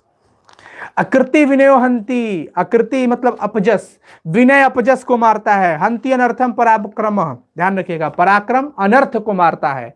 अनर्थ को कौन मारता है? पराक्रम। हंति नित्यम क्षमा क्रोधम, आचारो हंति अलक्षणम, क्षमा जो है ना वो क्रोध को मारता है। ध्यान रखिएगा, ये सब नोट कर लो, ऑब्जेक्टिव क्वेश्चन बनेगा। क्षमा किसको मारता है? क्रोध को। और अच्छे आचरण कुलक्षण को मारते हैं। तो इसमें से क्वेश्चन बनेगा। और मैं आपसे एक क्वेश्चन पूछ रहा हूं, बताइए नरक के कितने द्वार है? बताओ तो फटाफट से, नरक के कितने द्वार है साथियों? जल्दी से बता दो फटाफट, चैट सेक्शन में बताओ सब कोई, नरक के कितने द्वार हैं? 3। वेरी गुड, एक्सीलेंट, नरक के 3 द्वार। ऐश्वर्य चाहने वाले को कितने दोषों का त्याग करना चाहिए? फटाफट से, ऐश्वर्य चाहने वाले लोगों को कितने दोषों का त्याग करना चाहिए? फटाफट फटाफट फटाफट, ऐश्वर्य चाहने वाले लोगों को कितने दोषों का त्याग करना चाहिए? हम तुम्हारे थे प्रभु जी। वाह जी वाह, Aryan Gupta 6, very good. Beauty Kumari, Roshan, Shivranjan Kumar, excellent. कितने? 6 दोषों का। चलो ये सब इंटरनल बातें हैं, ये सब आप सुनिएगा तो मजा आ जाएगा और आपकी पूरी स्टडी कंप्लीट हो जाएगी। अब चलते हैं हम लोग कहां पे? कर्मवीर की कथा पढ़ते हैं। बिहार राज्य के दुर्गम प्रांत में गांव था भिखन टोला। भिखन टोला गांव जो है ना, मतलब नाम से देखिए, भिखन टोला, भिखन का मतलब कि भिखारी। देखिए समझिएगा, इस बात को बुरा नहीं समझना है, माइंड में सेट करो। शब्द से, शब्द जो है ना, हमारा जो माइंड है ना, वो वर्ड पे नहीं इमेज पे चला जाता है। वर्ड पे बहुत कम, वर्ड जैसे सुनते ही इमेज बन जाता है। जैसे हमने कहा डाकू आएंगे, तो डाकू का सुनते ही ना आपके दिमाग में डाकू का चेहरा बनने लगा। वो एकदम ये बंद किए होंगे, एकदम गुंडे जैसे लगते होंगे, बंदूक लिए होंगे, ये सब बनते जाता है। तो बिहार राज्य के दुर्गम प्रांत में गांव का नाम क्या था? भिखन टोला। पिंकी कुमारी भी है, वेरी गुड। पंकज कुमार भी हैं, किम्मी, वाह, अरविंद, आर्यन गुप्ता, कन्हैया, दिलीप राज, क्या बात है, बहुत ही बढ़िया। गांव का नाम क्या था? लिखो सब कोई, भिखन टोला। निवसंती अस्मत् त्रात निर्धना, वहां पे निर्धन लोग रहते थे, यानी कि जिसके पास धन नहीं था, गरीब लोग रहते थे। आप सब साथ दोगे ना मेरा? साथ दोगे हाँ या ना? बताओ। ये पूरा चैप्टर हम पढ़ा देंगे आप सबको, पूरा बुक। वहां पर गरीब लोग रहते थे, शिक्षा विहीन रहते थे, जिनको शिक्षा नहीं था, कष्ट से जीवन जीने वाले लोग रहते थे वहां पर। जनस्य परिवारों ग्रामाद बहिष्ठिता, गांव से बाहर एक कुटिया थी। गांव से बाहर क्या थी? एक कुटिया थी। क्या बात है, बहुत ही बढ़िया, वेरी गुड। और देखिए वो कुटिया ऐसी भी थी, मैं अर्थ बताते चल रहा हूं, समझिएगा, कि जो बारिश के बूंदों से और तूफानों से उसकी रक्षा नहीं कर पाती थी, ऐसी कुटिया थी। वहां की स्थिति बहुत ही दयनीय है मेरे साथियों। परिवार स्वयं गृहस्वामी, घर में जो उस परिवार की बात कर रहे हैं जो गांव से बाहर एक कुटिया है, ठीक है ना, वहां पे घर के स्वामी रहते थे, भार्या थी उनकी, एक पुत्र था, वही लोग रहते थे। तस्माद ग्रमाद क्रोश मात्र दूरम, गांव से बाहर कोसों मात्र दूर एक प्राथमिक विद्यालय है जो कि प्रशासन ने बनवाया था।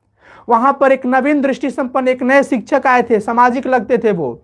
भिखन टोला देखने के लिए उनका इच्छा हुआ कि चलो, अरे भाई गांव का नाम है, जैसे नया शिक्षक आए स्कूल में तो कोई बताया कि अरे गांव है यहाँ पे भिखन टोला।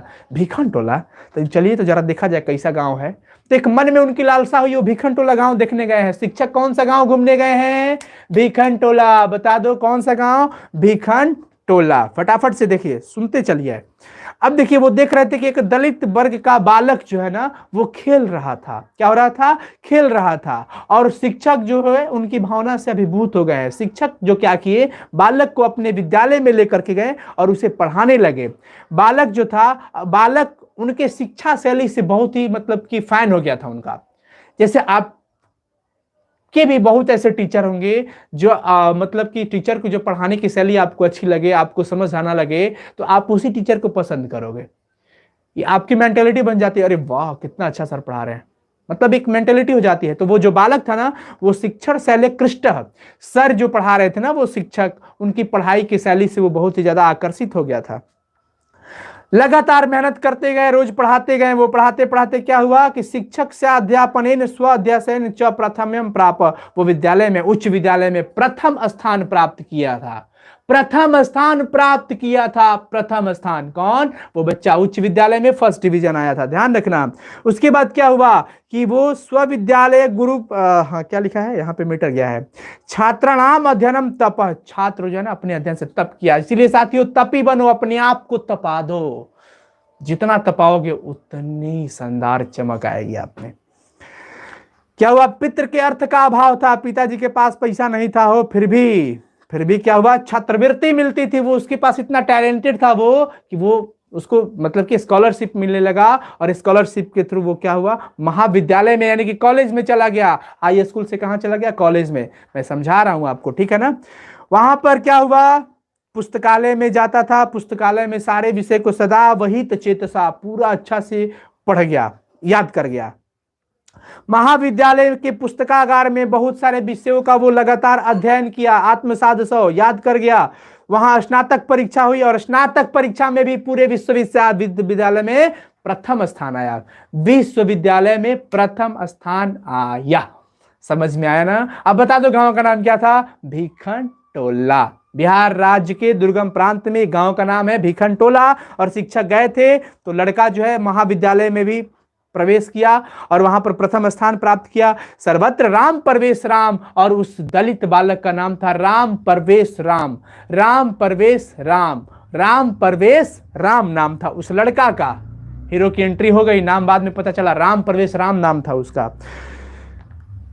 नगरे विश्वविद्यालय परिसरे च न जनातम पितरावस्य विद्याजनयम प्रतिष्ठाम। देखो कितना अच्छा फीलिंग।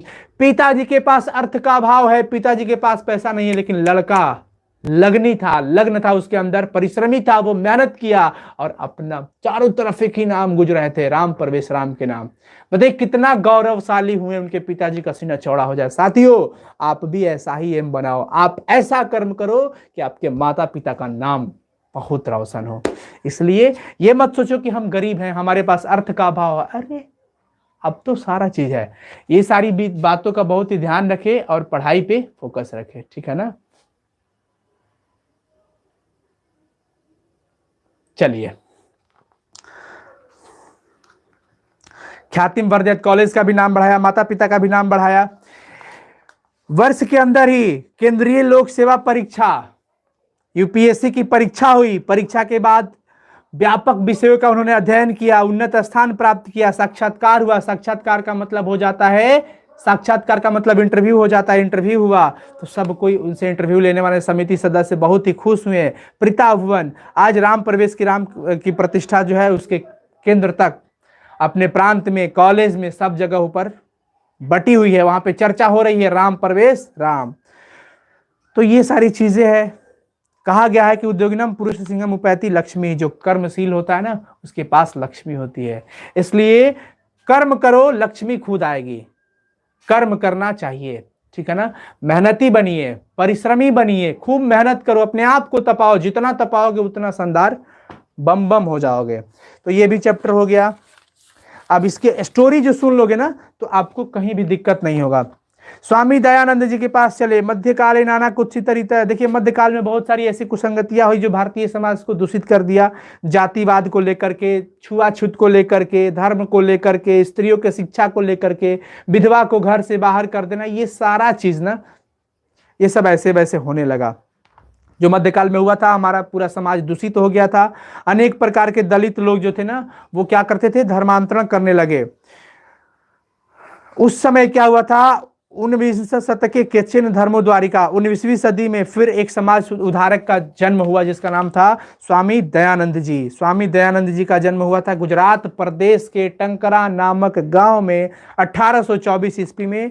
इनके बालक यानी कि बचपन का नाम था मूलशंकर। बताओ टंकरा नामक गांव में इनका जन्म कब हुआ था?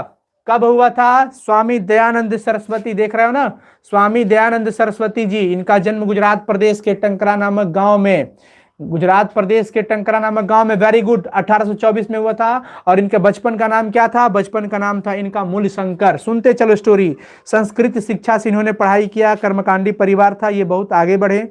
शिव की उपासना करने वाले परिवार में ये थे मूलशंकर जी। एक दिन शिवरात्रि का महापर्व था, उसमें रात्रि के जागरण काल में क्या हुआ था, वो गए थे मंदिर वगैरह पे, देखे कि वहां शंकर जी के मूर्ति पर जो चढ़ाया गया प्रसाद है वो मूस खा रहा था, चूहा।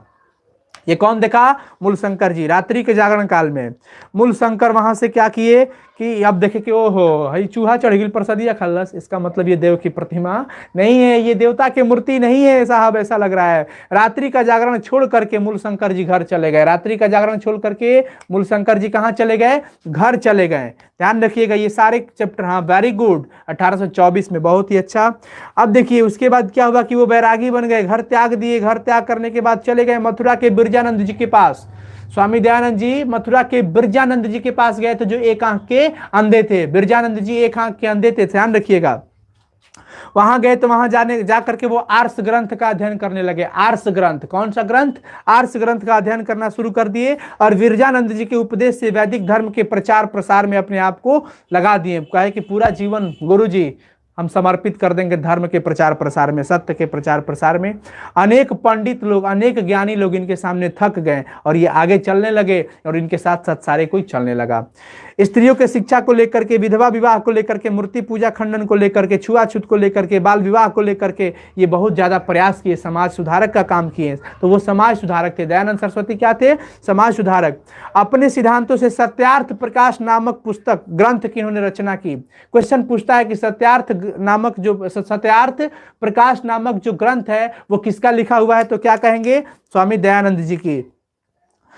बहुत सारे अनुयायी थे इनके। क्या हुआ कि प्राचीन शिक्षा को नवीन शिक्षा में बदला गया। बहुत ही बढ़िया, सुनते चलो, केवल सुनोगे, स्टोरी याद रहेगी, सारा का सारा ऑब्जेक्टिव सही हो जाएगा। हिंदी प्रश्न उत्तर। अब संस्कृत सिर्फ सब्जेक्ट का नाम है, लेकिन प्रश्न सिर्फ हिंदी में ही आ रहे हैं, इतना ध्यान रखिएगा। उसके बाद क्या हुआ कि 1875 ईस्वी में मुंबई में आर्य समाज की स्थापना की इन्होंने। मुंबई नगर में, कहां पे? मुंबई में 1875 में आर्य समाज की स्थापना की गई। और फिर इन्हीं के नाम पर देश विदेश में इनका ये आर्य समाज का क्या बोलते हैं, ब्रांच बोलते हैं, शाखा है, चलता है। शिक्षा पद्धति पुरानी शिक्षा को नवीन शिक्षा में बदला जाने लगा। डीएवी जो स्कूल है ना, इन्हीं के नाम पे, डीएवी, दयानंद एंग्लो वैदिक, दयानंद एंग्लो वैदिक। वेरी गुड, एक्सीलेंट डियर, कमाल कर दिया आप लोगों ने। तो इस प्रकार से पूछा जाता है कि आर्य समाज की स्थापना किसने किया था? दयानंद सरस्वती। कहां पे? मुंबई नगर में। और कब? 1875 में। इनका जन्म गुजरात प्रदेश के टंकरा नामक गांव में 1824 में हुआ था। इनके बचपन का नाम था मूलशंकर। एक शिवरात्रि के रात्रि के जागरण काल में इन्होंने गया तो देखा कि मूर्ति पर, शंकर जी के मूर्ति पर पड़ा हुआ प्रसाद चूहा खा रहा है। उस समय इनको मूर्ति से विश्वास हट गया और ये क्या हो गए? रात्रि का जागरण छोड़ करके घर चले गए। कहां चले गए? घर। फिर ये बैरागी हो गए, घर त्याग करके मथुरा के बिरजानंद जी के पास चले गए। बिरजानंद जी एक आंख के अंधे थे, उनको वहां पर जाकर के इन्होंने आर्ष ग्रंथ का पढ़ना शुरू किया, अध्ययन करना शुरू कर दिया। गुरु जी ने उनको उपदेश दिया, बिरजानंद जी ने, कि जाइए हमारे समाज में जो जितनी गंदगियां है उसको साफ कीजिए। आप कैसे साफ करना है? सत्य का, धर्म का प्रचार प्रसार कीजिए। और बहुत सारे इनके साथ और भी ऋषिगण लग गए थे, सब कोई। तो सत्य का, धर्म का प्रचार प्रसार हुआ और बहुत सारा दोष इन्होंने हटाया। तो यहां से साथियों क्वेश्चन पूछता है कि स्वामी दयानंद जी क्या थे? किसान की समाज सुधारक, समाज सुधारक। बचपन का नाम इनका क्या था? मूलशंकर। शंकर जी की मूर्ति पर पड़ा हुआ प्रसाद चूहा खा रहा था, ठीक है। रात्रि का जागरण छोड़ करके वो गृह चले गए, विद्यालय नहीं। स्वामी दयानंद जी आर्य समाज के संस्थापक थे, ठीक है। अब चलिए, मंदाकिनी वर्णन में खाली सीता जी वाला चर्चा। मंदाकिनी वर्णन चित्रकूट पर्वत जो है ना, वहां पर मंदाकिनी एक नदी है, वाल्मीकि जी रचना की है, अयोध्या कांड से लिया गया है। इसमें आपको एक चीज बता देते हैं, इसका मैं एक अलग वीडियो दे दूंगा। इसमें यही मिलेगा कि राम जी सीता जी को यही कहते हैं, हे सीते देखो यहाँ का दृश्य कैसा है, कितना सुंदर है, इतना अच्छा लग रहा है। यही शिव, ठीक है ना। ऋषिगण अपना हाथ उठाए हुए पूजा कर रहे हैं, जाकर के नहा रहे हैं मंदाकिनी नदी में। हिरणों के समूह आते हैं, हिरण के समूह पानी को पी करके चले जाते हैं तो जल गंदा हो जाता है। इससे राम जी के हृदय में प्रेम का स्नेह बढ़ जाता है, प्रेम का संचार होने लगता है। वो सीता जी को कहते हैं कि देखिए ये मंदाकिनी नदी राजाओं की तालाबों जैसी लगती है, कितनी सुंदर है, अनेक प्रकार के रंग बिरंगे फूलों वाली, तटों वाली, यहाँ पर कितना अच्छा लग रहा है सब। ये सब कह रहे हैं, देखिए यही सब चीज है इसमें। वो कहते हैं कि हमारे अयोध्या के दर्शन से भी कितने अच्छे दर्शन लग रहा है यहाँ पर चित्रकूट के जो क्या बोलते हैं मंदाकिनी नदी है वहां का। तो ये नॉर्मल है। पतली कमर वाली, बड़ी बड़ी आंखों वाली सीता जी को कहा गया है। सीता जी को राम जी कहते हैं, हे तनु मध्य में, हे पतली कमर वाली, हे विशालाक्षी, हे बड़ी बड़ी आंखों वाली। सीता जी की आंखियां बड़ा बड़ा था, ठीक है ना। तो पतली कमर वाली यानी कि विशालाक्षी, पतली कमर वाली, इसका मतलब ओहो सॉरी, तनु मध्य में, तनु मध्य में, तनु माने पतला, मध्य में माने शरीर के मध्य भाग, तो शरीर के मध्य भाग माने कमर, तो तनु मध्य में का अर्थ हो जाता है पतली कमर वाली। तो क्वेश्चन होगा कि पतली कमर वाली किसको कह करके संबोधित किया गया, तो सीता जी को। विशालाक्षी किसको कहा गया था, विशालाक्षी, बड़ी बड़ी आंखों वाली सीता जी को कहा गया था।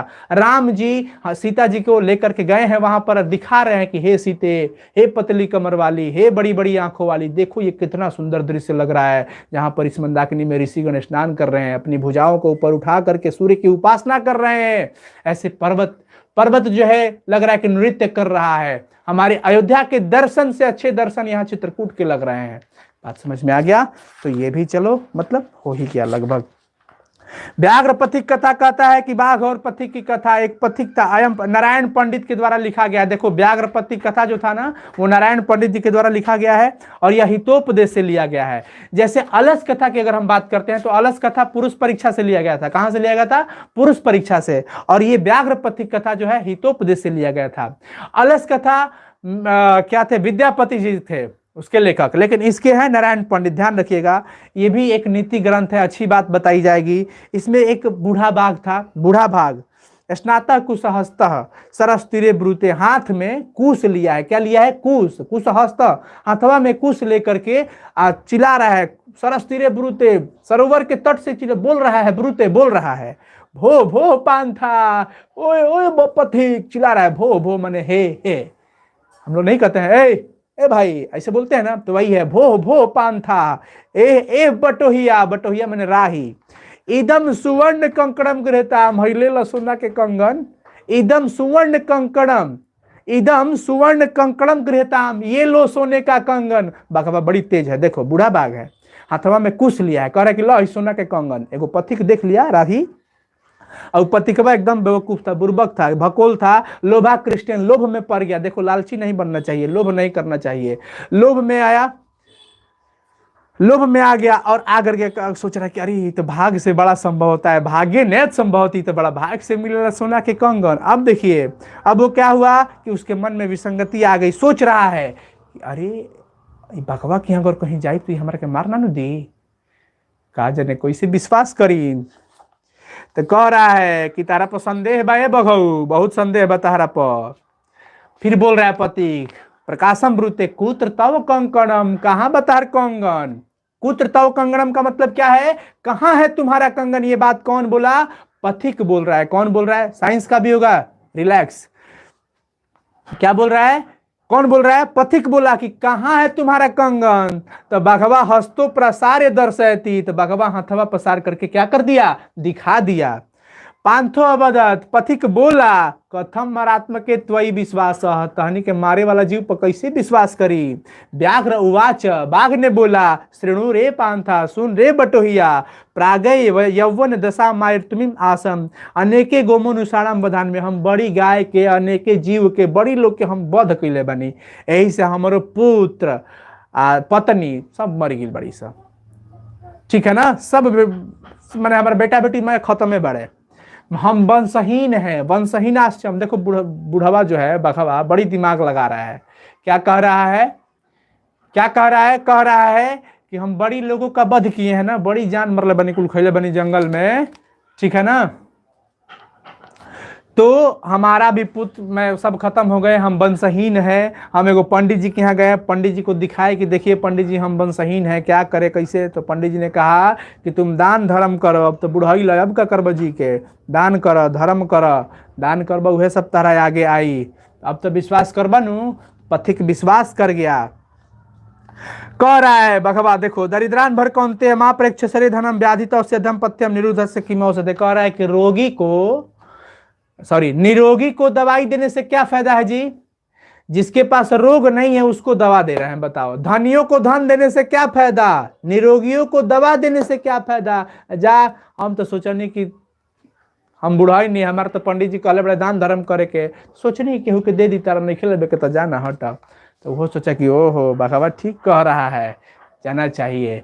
तब क्या हुआ, तदत्र सरसी स्नातवा सुवर्ण कंकणम गृहाण, तब वो सोचा कि आवो समय ठीक है बा, तू ऐजा बढ़ले बड़ा, हम नहा ले बनी, तू आवा सरोवर में नहा कहीं दान ले ला। उचित समय है, उचित काल है, उचित देश है, जगह स्थान सब कुछ सही है। आइए और इस सरोवर में स्नान कीजिए। हम स्नान करके बैठल बनी, आवा तू दान ले ला। हेलो सर, बीएसटी और ईपीएस का वीडियो भी आएगा क्या? सॉरी डियर, हमारा साइंस स्ट्रीम था, इसके वजह से हम साइंस वाले स्ट्रीम को मतलब बीएसटी और ईपीएस तो नहीं कर पाएंगे, सॉरी। अब क्या होगा? तो आया पथिक आया और लोभ में आया, उस कंगन के लोभ में आया और नहाया गईले नो तले जाके प्रविशति तावन में महापंके माने बरियार कीचड़ में निमग्न है, जाके फंस गया बेचारा पथिक। पलायतु मक्षम, भागने में असफल। भगवा कहाँ से? पंके पतितम दृष्टवा, कीचड़ में फंसा हुआ गिरा हुआ पथिक को देख करके व्याघ्रो अवदत, बाघ बोलता है आहा मर बाबू फंस गिल बड़ा नो, ऐसे बोल रहा है। महापंके पतितोवसी, कीचड़ में फंस गया बेचारा। ओहो हो। अच्छा हम आ रहे हैं। सनय है, धीरे धीरे बखवा जाने लगा। अब पथिकवा का हालत खराब है, उथर थराने लगा, डर गया कि लो ये तो एकदम आवत है बूढ़ावा। बखवा गया, इंद्रिया खत्म हो जाए ना, मतलब कहा जाए कि मनुष्य का ज्ञानेंद्रिया काम करनी चाहिए। जिस प्रकार विधवा औरत पर अगर आप ये डाल दो, क्या बोलते हैं, गहना गुड़िया पहना दो तो बड़ा बोझ लगता है। विधवा औरत गहना गुड़िया बहुत ज्यादा पसंद नहीं करती, बोझ लगेगा, उनका सुहाग ही नहीं है। लेकिन अब यहाँ पर तो ज्ञानेंद्रिया बहुत काम करनी चाहिए। लोग ध्यान रखिएगा, ज्ञानम भार क्रिया बिना, बिना क्रिया का ज्ञान जो होता है ना वो भार के समान हो जाता है। बिना क्रिया के ज्ञान जो होता है ना क्या हो जाता है? भार के समान हो जाता है।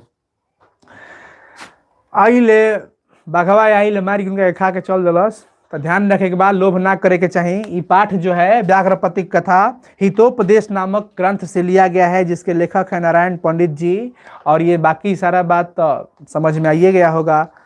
अब चलिए 11 हो गया, 12 नंबर पाठ पे चलते हैं। 12 नंबर पाठ क्या कहता है? 12 नंबर पाठ है कर्ण की दानवीरता। कर्ण की दानवीरता देखिए भास के द्वारा रचित है। और कर्ण बहुत महादानी था, बहुत बड़ा दानी था। महाभारत से लिया गया है। कुंती का पुत्र था कर्ण, कौरव के पक्ष से युद्ध करता था।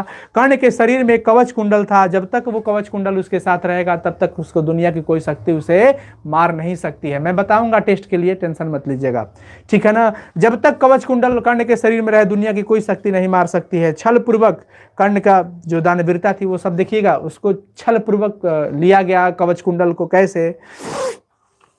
ब्राह्मण रूपेण शक्र, शक्र मतलब इंद्र प्रवेश करते हैं और जाकर के उनको दंड प्रणाम करते हैं और जाके कहते हैं कि हमारी बनी बड़ी बड़हन भिक्षा मांगे। कौन कह रहा है? शक्र कह रहे हैं। तो कर्ण कहते रहे कि हा आपसे मिलकर बड़ी खुशी हुई प्रभु जी, भगवान जी, मैं कर्ण आपको नमस्कार करता हूँ। शक्र सोच रहे हैं कि ये भाई तो हमारा के गोड़ लगल, प्रणाम कर ले। अब हम का कहीं, अगर हम इनका क्या आशीर्वाद देते नहीं कि दीर्घायु भयोती तो ले दीर्घायु हो जाइए, मुँहबे न करिए। इनके तो मारे के रहे कर्ण के। कर्ण को मारना था तो कर्ण तब मरेगा जब उसके शरीर से कवच और कुंडल हटेगा तब। तो कवच कुंडल तो छल से लेवे के ऊपर ही दानी था। सुबह सूर्योदय के समय वहां पर जो भी जाता था ना वो लौट कर नहीं आता था खाली हाथ। कर्ण में सबसे बड़ा, इसीलिए कर्ण को महादानी कहा गया था। तो शक्र को कर्ण प्रणाम किया कि मैं कर्ण आपको नमस्कार करता हूं। अब शक्र सोचा था कि आज दादा लो तो गोड़ लगल है, अब का आशीर्वाद दी। अगर कहता नहीं कि दीर्घायु भवेती तो दीर्घायु हो जाएंगे, ये तो मरबे नहीं करेंगे। यदि न बख्शे, यदि कुछ नहीं बोलत तो ये बड़ा हमारा के मूर्ख कहिए। ऐसे रुका कुछ आशीर्वाद देवे तो लेकिन लिख से हट के। तो कहते हैं सूर्य के समान, चंद्रमा के समान, हिमालय पर्वत के समान, सागर के समान आपका भी यश बढ़ता रहे, ये आशीर्वाद मिला। कर्ण कहले कि ये महाराज हमारा के दीर्घायु होके के आशीर्वाद काहे ना देनी है। चलिए कहते हैं कि भगवान किम इच्छसि किम हम ददामी, चलिए क्या मांगने आए हैं, क्या आपको मैं दे दूं। तो शक्र कहते हैं कि बहुत बड़ा भिक्षा मांगे आइल बनी हो। तो कहते हैं कहाँ 1000 गाय दे दी। कर्ण कहते हैं हजारों की संख्या में आपको गाय दे दूं। शक्र कहते हैं गाय दूध पीऊंगा। नेक्षामी कर्ण, नेक्षामी नहीं चाहिए कर्ण, मुझे नहीं चाहिए। फिर कर्ण कहते हैं क्या नहीं चाहिए आपको? ऑफर कैंसिल, गाय नहीं चाहिए ना। तो चलिए बहुष्णास्नम वाजिनाम ते ददामी, आपको हजारों की संख्या में घोड़े दे देते हैं। तो शक्र जी कहते हैं घोड़ा घोड़ा लेके चढ़ब, नेक्षामि कर्ण नेक्षामि, नहीं चाहिए कर्ण मुझे नहीं चाहिए। फिर कर्ण कहते हैं कि क्या नहीं चाहिए आपको, दूसरा ऑफर सुनिए, हजारों की संख्या में हाथी दे दें। तब कहते हैं हाथी पर चढ़ ना, नेक्षामि कर्ण नेक्षामि, कुछ ना, हमको ये नहीं चाहिए। कर्ण कहते हैं ना चाहिनु, अपर्याप्त कनक दे दी, गहना गुड़िया दे दी, थोड़े सोना चनी।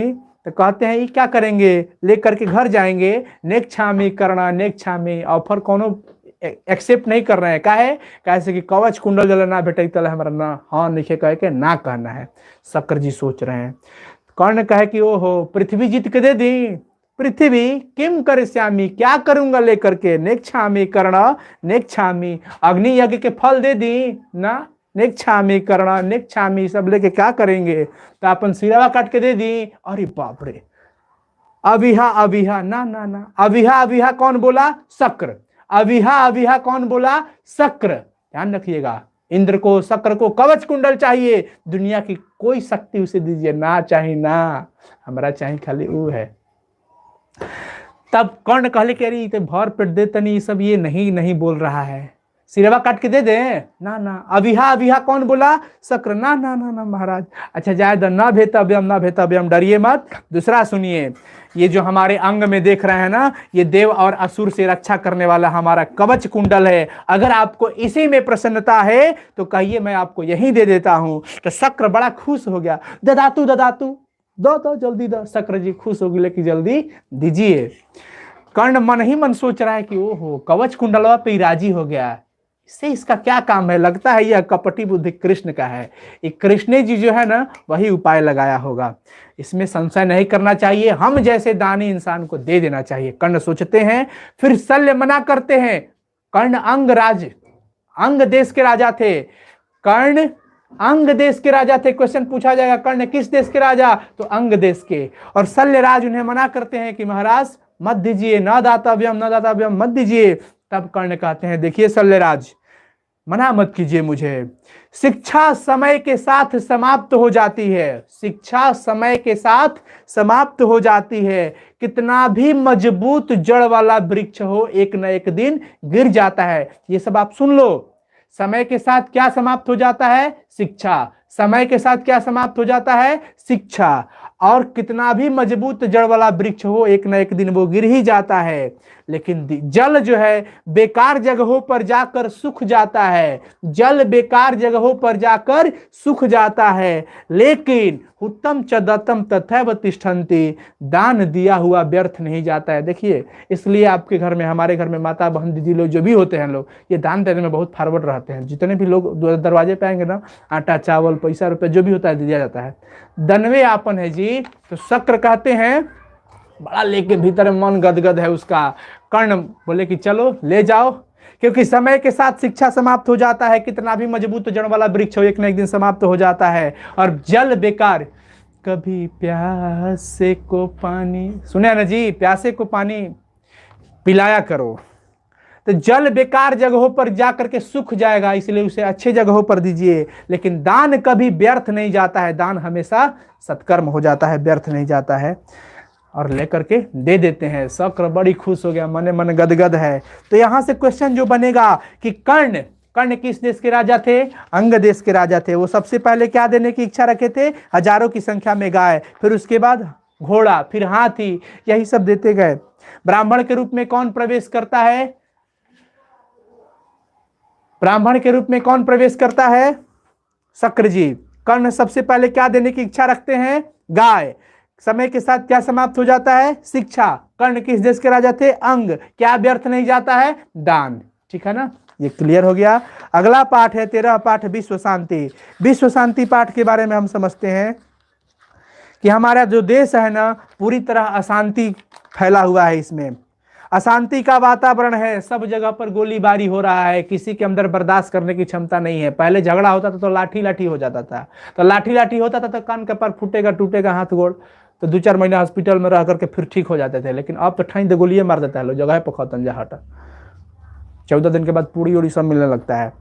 तो वर्तमान संसार में देखा जाए तो हमारे संसार में पूरी तरह अशांति का माहौल फैल गया है, कहीं भी शांति का वातावरण नहीं है। बड़ा भाग्य से ही शांति का माहौल देखने को मिलता है, कलह, आंतरिक कलह कहीं फैला हुआ है तो कहीं शत्रु राज्य ही पूरा कलह फैला दिए हैं। कहीं कहीं देशों में शीत युद्ध भी प्रचलित है। अशांति के सागर में घिरा हुआ है हमारा देश, ध्यान रखिएगा। अनेक प्रकार के अस्त्र शस्त्र का इस्तेमाल कर दिया गया है। मनुष्य के मानव ने ही बनाया, मानव को ही विध्वंस करने के लिए अनेक प्रकार के अस्त्र और शस्त्र बनाए गए हैं। मानवता का भय होने का, मानवता का नष्ट होने का डर होता है। अंदर कौनो बात होता है, जगह जमीन तनी मुनी, ईगो हट हो गया किसी का, तुरंत लाया पिस्टल मार दिया, ठोक दिया, जा। पहले लाठी लाठी होता था तो क्या होता था, लाठी से मरले, कान का पार फूट गया, चलो भाई बैंडेज वैंडेज हो गए, जी है नो, 2-4 महीने बाद ठीक हो जाए। लेकिन अब बात समझ में आ गया है ना। अशांति चारों तरफ फैल गया है। अशांति के कारण, अशांति का अगर कारण का पता चल जाए तो भैया निवारण भी हो जाएगा। हमारा शरीर में क्या रोग है, रोग का पता चल जाए तो हम उसका इलाज भी कर लेंगे। पता चल जाएगा कि शुगर है तो शुगर का दवाई खा लेंगे, पेट दर्द कर रहे हैं तो पेट दर्द का दवाई खा लेंगे, बुखार है तो बुखार का दवाई खा लेंगे। आंखिया में अगर दूरदृष्टि दोष है तो उत्तल लेंस लगा लेंगे, निकट दृष्टि दोष है तो अवतल लेंस लगा लेंगे। यानी कि कारण पता तो निवारण भी पता चलेगा। कारण ज्ञात हो जाए तो निवारण भी, उपाय भी पता चल जाता है। यही नियम है, यही नीति है। द्वेष और असहिष्णुता से अशांति होता है। अशांति के कितने कारण? 2 कारण। अशांति के कितने कारण? चैट सेक्शन में लिखो सारे डियर। अशांति के कितने कारण है? 2 कारण है, द्वेष और असहिष्णुता। द्वेष और असहिष्णुता, द्वेष और, हाँ, दिल्ली क्लास 12 का न्यू बैच बहुत ही जल्द शुरू होगा, कल परसों में शुरू करेंगे, नोटिफिकेशन आपको मिल जाएगा, ठीक है ना। द्वेष और असहिष्णुता अशांति के 2 कारण है। एक देश दूसरे देश से जल रहा है। अरे भाई, आपके पास पड़ोस में देखिए, आप मड़ई में कल रह रहे थे, हम कल मड़ई में थे, तो बड़ी बगल अगल बगल वाला सब खुश था। आज हम बिल्डिंग पिट लिए तो सब हॉस्पिटल में एडमिट है। कहा है भाई तो पानी चढ़ रहा है, कुछ हुआ नहीं है। हुआ यही है कि हम काहे आगे बढ़ गए, उससे वो परेशान है। आप काहे आगे बढ़ गए, आपका पड़ोसी परेशान है। यानी कि आजकल लोग अपने दुख से दुखित नहीं है, दूसरे के सुख से वो दुखित है, दूसरे के सुख से वो दुखित है। एक देश दूसरे देश का विकास देख करके जल रहा है। ये एग्जाम्पल हमारे घर में, आपके माहौल में, आपके समाज में, पास पड़ोस देखिए। आप आगे बढ़िएगा, बगल वाला परेशान है, ठीक है ना। तो उससे बिल्कुल आपको परेशान होने की जरूरत नहीं है। वो क्या चाहता है कि आप जो आगे बढ़ रहे हैं आपका पैरवे खींच दे, आपका विनाश कर दे, यही चल। तो द्वेष और असहिष्णुता अशांति के कारण होते हैं। और द्वेष जो होता है असहिष्णुता को जन्म देता है। इससे बैर उत्पन्न होता है। बैर, 36 का आंकड़ा लागिए, बैर हो जाता है। तो द्वेष और असहिष्णुता किसको जन्म देते हैं? बैर बढ़ाते हैं। स्वार्थी हो जाइएगा तो बैर भी आ जाएगा।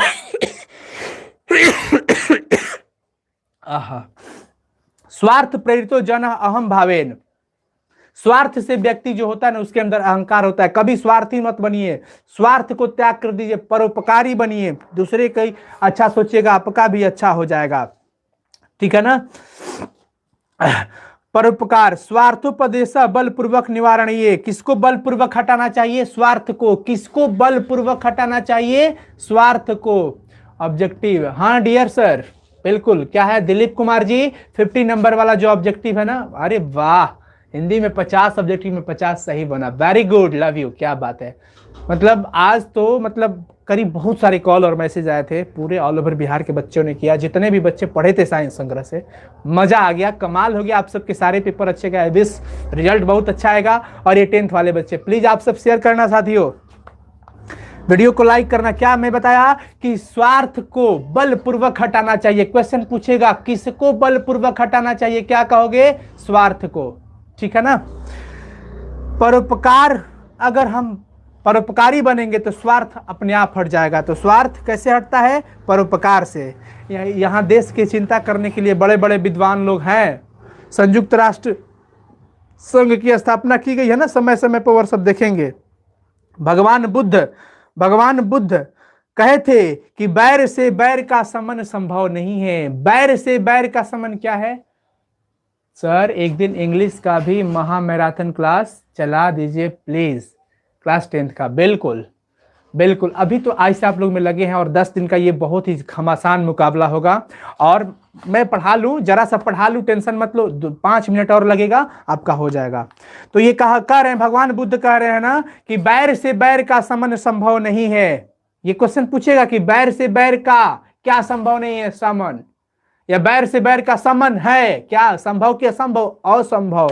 बैर से बैर को खत्म नहीं कर सकते हैं, बैर से बैर को हम खत्म नहीं कर सकते हैं। मित्रता लाइए, अपने आप में झुकाव लाइए, झुकिए, ठीक है ना, करुणा मैत्री भावेन, दयावान बनिए। यही हमारा अयम निजः, यह हमारा है, अयम निजः यह हमारा है, परोवेति वो तुम्हारा है, वो पराये का है, ये सब बेकार है। गणना लघु चेतसाम, ऐसी बातें कौन करता है, लघु चेतसाम, छोटी बुद्धि वाले लोग, क्षुद्र बुद्धि के लोग इस तरह की बातें करते हैं। कैसी बातें कि हई हमार है, हई तहार है, ईसा में पड़े हुए हैं, कुछ नहीं है, खाली हाथ आए थे खाली हाथ जाएंगे, बिन कोई संदेश दिए वापस हम लौट जाएंगे। अरे गुरूर किस बात की है साहब, एक दिन अहंकार सारे मिट जाएंगे, खाली हाथ आए थे खाली हाथ जाएंगे, अब बिन कोई संदेश दिए वापस हम लौट जाएंगे। यहां पर कहा जा रहा है कि यह हमारा है, वह आपका है। ऐसी बातें कौन करता है, छोटे बुद्धि के लोग करते हैं। उदार हृदय के लोग तो पूरे पृथ्वी को अपना कुटुंब मानते हैं, पूरी वसुधा को अपना परिवार मानते हैं। Bharat is my home, doctor Zakir Hussain ने कहा कि Bharat is my home, Bharat हमारा घर है, और इसमें जितने भी सदस्य रहते हैं ना, ये सब हमारे परिवार के मेंबर्स हैं, ठीक है ना। तो ऐसी भावना रहनी चाहिए। पर पीड़ा, दूसरे को कष्ट दीजिएगा तो अपने आप में नष्ट हो जाइएगा। दूसरे को पर पीड़ा मत कीजिए, पर मतलब पराये को पीड़ा कष्ट ना, परोपकार करो। शांति का मात्र एक ही कारण है, परोपकार। परोपकारस्य शांति कारणम भवति, शांति का मात्र कारण क्या है, परोपकार। चलिए यही देखिए, देश में संकट जब किसी देश में आता है तो दूसरा देश उसे सहायता करता है, यही होना चाहिए। 13वां पाठ खत्म। 14वां पाठ में चलते हैं, शास्त्रकार। पूरी शास्त्र के बारे में इसमें बताया गया है। एक दिन क्या होता है, भारत में शास्त्र का बहुत ही ज्यादा महान परंपरा है। शिक्षक आते हैं, कक्षा में प्रवेश करते हैं, लड़के खड़ा होकर के अभिवादन करते हैं, गुड मॉर्निंग सर, जो भी होता है, ठीक है, उपविशन्तु सर्वे, बैठ जाओ सब कोई। आज आप सभी का परिचय संस्कृत शास्त्र से होगा। गुरुदेव शास्त्र क्या होता है, युवराज पूछता है कि गुरुदेव शास्त्र के, हाँ जी, साइंस का भी क्लास होगा, अब डेली क्लासेज आप लोग की चलेंगी, टेंशन न लो मेरे प्यारे साथियों, आप सब रहो और टेस्ट जरूर ज्वाइन करो। अब से मैं रोज आप लोग का सारे सब्जेक्ट का एक एक टेस्ट सीरीज दूंगा ऐप पे। ऐप कहाँ मिलेगा, लिंक डिस्क्रिप्शन में मैं दे रखा हूं, आप उसको इंस्टॉल करो और उसमें टेस्ट सीरीज में आप भाग लीजिए, आपको मिलेगा। स्टोर पे जाइएगा, जैसे ही आप ऐप इंस्टॉल कर लेते हैं तो आपको बैच मिलेगा, स्टोर मिलेगा, ठीक है ना। तो स्टोर में क्लिक करना है, ठीक है ना, स्टोर पे आपको क्लिक करना है। और मैं आपको पहले बता दूं कि शास्त्र क्या होता है। गुरुजी तो कहते हैं कि शास्त्र जो होता है ना, ज्ञान नाम के शासक को हम शास्त्र कहते हैं। शास्त्र ये बताता है कि मानव का क्या कर्तव्य है, क्या करना चाहिए मनुष्य को और क्या नहीं करना चाहिए, ठीक है ना। हिंदी और संस्कृत ग्रामर में प्रॉब्लम है, एक दिन में हिंदी ग्रामर खत्म कर देंगे और संस्कृत ग्रामर भी, टेंशन मत लो, जो टॉपिक है वो सब कुछ हो जाएगा और टेंशन मत लीजिए। इस तरह से क्या होता है, कहा जाता है कि शास्त्र जो है ना वो एक अनुशासन का विषय भी आजकल बन गया है। तो ये वेदांग 6 होते हैं। मैं इंपॉर्टेंट बातें बता रहा हूं इसमें। वेदांग कितने होते हैं सबको लिखो। टेस्ट तो डेली है, टेस्ट आपका डेली है। ऐप पे आप जब मन तब टेस्ट डेली से दे सकते हैं। एक दिन में 5 बार आप टेस्ट दे सकते हैं, एक एक विषय का अलग अलग, सोशल साइंस हो, साइंस हो, हिंदी हो, संस्कृत हो, ये सब आप दे सकते हैं टेस्ट डेली। आप 5 टेस्ट दे सकते हैं, 5 से ज्यादा अटेम्प्ट आपको नहीं मिलेगा। तो यहाँ पर वेदांग कितने होते हैं साहब, 6 होते हैं, ध्यान रखिएगा। शिक्षा, कल्प, व्याकरण, निरुक्त, छंद और ज्योतिष। ध्यान रखिएगा, शिक्षा, कल्प, व्याकरण, निरुक्त, छंद और ज्योतिष। अब ये पूछ रहा है लड़का, इमरान पूछ रहा है कि गुरुजी सबके प्रणेता कौन है, ये सबके भैया प्रणेता लेखक कौन है ये सबके। तो शिक्षक कहते हैं कि सावधानी से सुनिए, शिक्षा जो है उच्चारण की प्रक्रिया का बोध करती है। शिक्षा किसकी बोध करती है, उच्चारण प्रक्रिया का। मैं डायरेक्ट हिंदी अर्थ बताते चल रहा हूँ क्योंकि आप लोग का एग्जाम बहुत पास है, समय कम है, ज्यादा टाइम यहाँ पे हम नहीं देंगे आप लोग का, पूरा रिविजन करवा रहे हैं। शिक्षा उच्चारण प्रक्रिया को बोध करता है भैया। पाणिनि की शिक्षा प्रसिद्ध ग्रंथ है। कल्प, कर्म कांड ग्रंथ, सूत्रात्मक, बौधायन, भारद्वाज, गौतम, वशिष्ठ, ये सब शास्त्र के रचयिता है। व्याकरण जो है पाणिनि की बहुत प्रसिद्ध है। व्याकरण किसकी प्रसिद्ध है, पाणिनि की। तो और निरुक्त का रचयिता कौन है? यास्क है। मैं डायरेक्ट हिंदी अर्थ बता रहा हूं, लिखते चलो आप लोग, सब कोई लिखते चलो। सांख्य दर्शन के प्रवर्तक कपिल देव जी है। क्वेश्चन पूछेगा, सांख्य दर्शन के प्रवर्तक कौन है? कपिल देव जी है। योग दर्शन के पतंजलि जी हैं। न्याय दर्शन के गौतम जी है। वैशेषिक दर्शन के कणादेन, मीमांसा दर्शन के जैमिनी, वेदांत दर्शन के बादरायण। ये सब आप लिख लीजिएगा, बहुत ही इंपॉर्टेंट है। जब मैं फिर से बोल रहा हूं, क्वेश्चन पूछेगा कि सांख्य दर्शन के प्रवर्तक कौन है, तो कपिल जी। योग दर्शन के पतंजलि, न्याय दर्शन के गौतम, वैशेषिक दर्शन के कणाद मुनि, मीमांसा दर्शन के जैमिनी और वेदांत दर्शन के बादरायण। ये एकदम ध्यान रखिएगा। इन लोग के 100 से अधिक शतकों से अधिक भी इन लोगों का ग्रंथ जो है पढ़ा हुआ है। गार्गी कहती है कि गुरुदेव वैज्ञानिक शास्त्र के बारे में आपने कुछ नहीं बताया, तो शिक्षक वैज्ञानिक शास्त्र के बारे में बताते हैं। आयुर्वेद शास्त्र, चक्र संहिता, ये सारा कुछ बता रहे हैं कि रसायन विज्ञान, भौतिक विज्ञान सब होते हैं इसके अंदर। ज्योतिष शास्त्र के अंदर हम खगोल विज्ञान, गणित पढ़ते हैं, सब कुछ पढ़ते हैं। आर्यभट्ट का प्रमुख ग्रंथ का नाम है आर्यभट्टीय नामा। आर्यभट्ट के प्रमुख ग्रंथ का नाम क्या है? आर्यभट्टीय नामा। वराह मिहिर, वराह मिहिर का बृहद संगीत विशाल ग्रंथ, बहुत सारा है यहाँ पर। इस तरह से बताते हैं कि शास्त्र जो होता है अल्प संख्या में नहीं है, बहुत ज्यादा है। लड़के अंत में वर्ग नायक यानी कि क्लास का मॉनिटर कह देता है कि गुरुदेव जी आज हम लोग बहुत कुछ सीख लिए। गुरु जी चले जाते हैं और छात्र भी चले जाते हैं। तो देखो, मैं आपको शॉर्ट में बताया, आपका रिवीजन करवाया। महामैराथन क्लासेज लगभग 2 घंटे की क्लासेज हुई, जिसमें हम लोग लेसन 1 से लेकर के 14 तक पढ़ लिए। जब भी देखने का मन हो रिवीजन कर सकते हैं आप, स्पीड बढ़ा करके, ठीक है। मैं आपको बताता हूं कि सर टेस्ट में इंग्लिश में क्वेश्चन रहेगा सर? बिल्कुल रहेगा, इंग्लिश और हिंदी दोनों में रह सकता है। अभी तो हमने हिंदी वाला ही दे रखा है, अगर आप कहते हैं तो इंग्लिश वाला भी रहेगा। टॉपर कैसे बने सर? मेहनत करो, राइटिंग स्मार्ट बनाओ, सारे स्किल्स को डेवलप करो, पढ़ाई में हो जाओगे। बात समझ में आ गया ना? अब चलिए, आपको अगर टेस्ट सीरीज आप लीजिए, हमारे ख्याल से अब आपको टेस्ट की बहुत जरूरत है। यहाँ पे हम लाइव क्लासेस आपको डेली देते रहेंगे। डेली बहुत सारे ऑब्जेक्टिव, सब्जेक्टिव, वीवीआई सब कुछ सारे सब्जेक्ट यहाँ पे करवाया जाएगा, ठीक है ना, अलग अलग विषयों की। टेस्ट सीरीज आपको चाहिए, बहुत इंपॉर्टेंट है। सारे सब्जेक्ट का टेस्ट दीजिए, आपको लगातार अभी से लेकर के एग्जाम तक टेस्ट आपको दिया जाएगा। मात्र 10 दिन है और 10 दिन में हम सब आप लोग का रिवीजन करवा देंगे पूरा का पूरा। तो लेकिन टेस्ट सीरीज आप लीजिए। टेस्ट सीरीज कहाँ से मिलेगा? आप प्ले स्टोर पे जाइए, साइंस संग्रह सर्च करेंगे, थोड़ा नीचे जाइएगा, ऐप मिल जाएगा, ठीक है ना। या फिर लिंक, ऐप का लिंक डिस्क्रिप्शन में है, वहाँ से इंस्टॉल कीजिए। इंस्टॉल करने के बाद अपना मोबाइल नंबर वगैरह डाल करके आप टेस्ट वाला लीजिए, ultimate test series, ultimate test series of class 10th 2021, ठीक है ना। Thank you so much. उसमें भाग लीजिए आप लोग। डेली आपका एक एक सब्जेक्ट, डेली सारे सब्जेक्ट के एक एक टेस्ट लिए जाएंगे। मतलब 10 दिन अगर होगा तो 10 दिन में 10 टेस्ट हो जाएगा सबका। हिंदी का 10 दे दीजिएगा, फिजिक्स, केमिस्ट्री, साइंस का 10 दे दीजिएगा, सोशल साइंस का, संस्कृत का, एसएसटी, ऐसे करके आप पूरा कर लेते हैं। तो आज का क्लास कैसा लगा आप लोग जरूर कमेंट करके बताइएगा।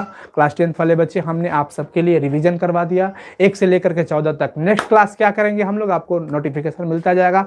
टेलीग्राम पर Sai Shankar for 10th class search कीजिएगा। टेलीग्राम पे भी आप हमारे साथ जुड़ सकते हैं और जो भी PDF नोट्स वगैरह होंगे सब कुछ आपको ऐप पे भी अवेलेबल मिलेगा। ऐप में धीरे धीरे काम चल रहा है, अभी फीचर्स बहुत सारे ऐड कर रहे हैं, ऐड किया जा रहा है, बिल्कुल घबराएंगे नहीं आप लोग। तो आपका प्यूसम भाग 2 क्लियर हो गया। इसी तरह से बाकी सब्जेक्ट का महामैराथन और भी हम लेकर के आएंगे, ऑब्जेक्टिव, सब्जेक्टिव, वीवीआई, जैसे क्लास 12th वालों के लिए हमने समर्पित कर दिया अपने आप को। Thank you so much. चलो बाय बाय। आज के क्लास को प्लीज आप लोग अपने दोस्तों तक शेयर कीजिएगा। क्लास 10th वाले बच्चे शेयर कीजिएगा। कैसा लगा कमेंट सेक्शन में जरूर बताइएगा। Thank you so much. बहुत ही अच्छा लगा, आज आप लोग का पहला क्लास था और ग्रामर भी हम पढ़ाएंगे, बिल्कुल टेंशन मत लीजिएगा आप लोग, ग्रामर से डरो मत, बहुत इजी वे में हम आपको वही चीज़ पढ़ाएंगे जो आपके 10 दिन में बहुत काम आएंगे। हिंदी का भौकाल सेशन आएगा, भौकाल सेशन, क्या बात है, ये भी लड़का जानता है भौकाल। जी हाँ, 12th में हमने कई सारे भौकाल सेशन चलाए थे और आपका भी भौकाल सेशन चला देंगे, मजा आ जाएगा। चलो थैंक यू सो मच। चले bye bye, good night to all of you, God bless you. खूब मन लगा के पढ़ो आप लोग, लगातार मेहनत कीजिए, अपने सारे सब्जेक्ट को रिकवर कीजिए, रिवीजन कीजिए, जितना हो सके खूब मेहनत करो। भगवान आप सबको सद्बुद्धि दे, आगे बढ़े, माता पिता, परिवार जन का, समाज का प्यार दुलार हमेशा आप लोग को मिलता रहे। हाँ SST भी होगा डियर, अभिषेक कुमार SST भी होगा। आप लोग प्लीज शेयर कीजिएगा, आपके और भी कई सारे दोस्त होंगे उन्हें भी बताइएगा। और क्लास 10th का हम न्यू बैच भी बहुत जल्द शुरू करेंगे, और 12th का भी न्यू बैच बहुत जल्द शुरू होगा, बहुत ही जल्द। बहुत सारे फीचर्स हम भी लाने वाले हैं, बस कुछ दिनों का समय चाहिए। आप लोग जितना हो सके शेयर करना, और कमेंट सेक्शन में प्लीज कमेंट करके बताना कि आज का ये भौकाल महामैराथन कैसा लगा, पूरा 1 से लेकर के 14 तक का। हाँ जी सुप्रिया राज, संस्कृत ग्रामर भी पढ़ाएंगे, टेंशन मत लेना। इन 10 दिनों में हम आपके लिए सब कुछ कर देंगे। लेकिन हाँ, टेलीग्राम पे आप ज्वाइन हो जाइए, साइंस संग्रह टेलीग्राम पे ज्वाइन कीजिएगा, सर्च कीजिएगा साइंस, कैपिटल S लिखिएगा और फिर स्पेस देकर के कैपिटल S से संग्रह लिख लीजिएगा, ठीक है ना। साइंस संग्रह ज्वाइन हो जाइए जब जब क्लास चलेगा, क्योंकि हम अभी रात को ये तो टाइम फिक्स है, और भी क्लासेज हम बढ़ाएंगे। प्रतिदिन 2 से 3 क्लासेज होंगी आप लोग के क्लास 10th के, क्योंकि सब्जेक्ट भी है, रिवीजन भी करवाना है, प्रैक्टिस बहुत करवा देना है इतना। और नया पैटर्न आपको पता है ना कि आपके 100 ऑब्जेक्टिव, 100 मार्क्स वाला में 100 ऑब्जेक्टिव रहेगा, 100 में 50 सॉल्व करना है। 100 में कितना? 50 सॉल्व करना है। संस्कृत में अब श्लोक मोलोक नहीं पूछ रहा है, पैसेज दे देगा, पैसेज में से ढूंढ करके निकालिए। 10 क्वेश्चन अगर दिया है सब्जेक्टिव का तो 10 में से 5 बनाना है, 6 में से 3 बनाना है, जितना दिया रहेगा उतना आधा बनाना है, ठीक है ना। चलो बल्ले बल्ले, bye bye, God bless you. App को जरूर आप इंस्टॉल कर लीजिएगा, और इंस्टॉल करने के बाद नीचे रेटिंग और रिव्यू जरूर बताइएगा। ऐप में भी बहुत सारे फीचर्स ऐड भी होंगे, और आप उस टेस्ट सीरीज को लीजिए, टेस्ट सीरीज को ज्वाइन कीजिए, बहुत मजा आएगा आपको। अभी से लगातार एग्जाम तक हम आपको टेस्ट का प्रैक्टिस करवाएंगे। बाय बाय, मिलेंगे फिर नेक्स्ट क्लास में। शेयर करना और कमेंट करके जरूर बताना कि आज का ये सेशन कैसा रहा। Thank you.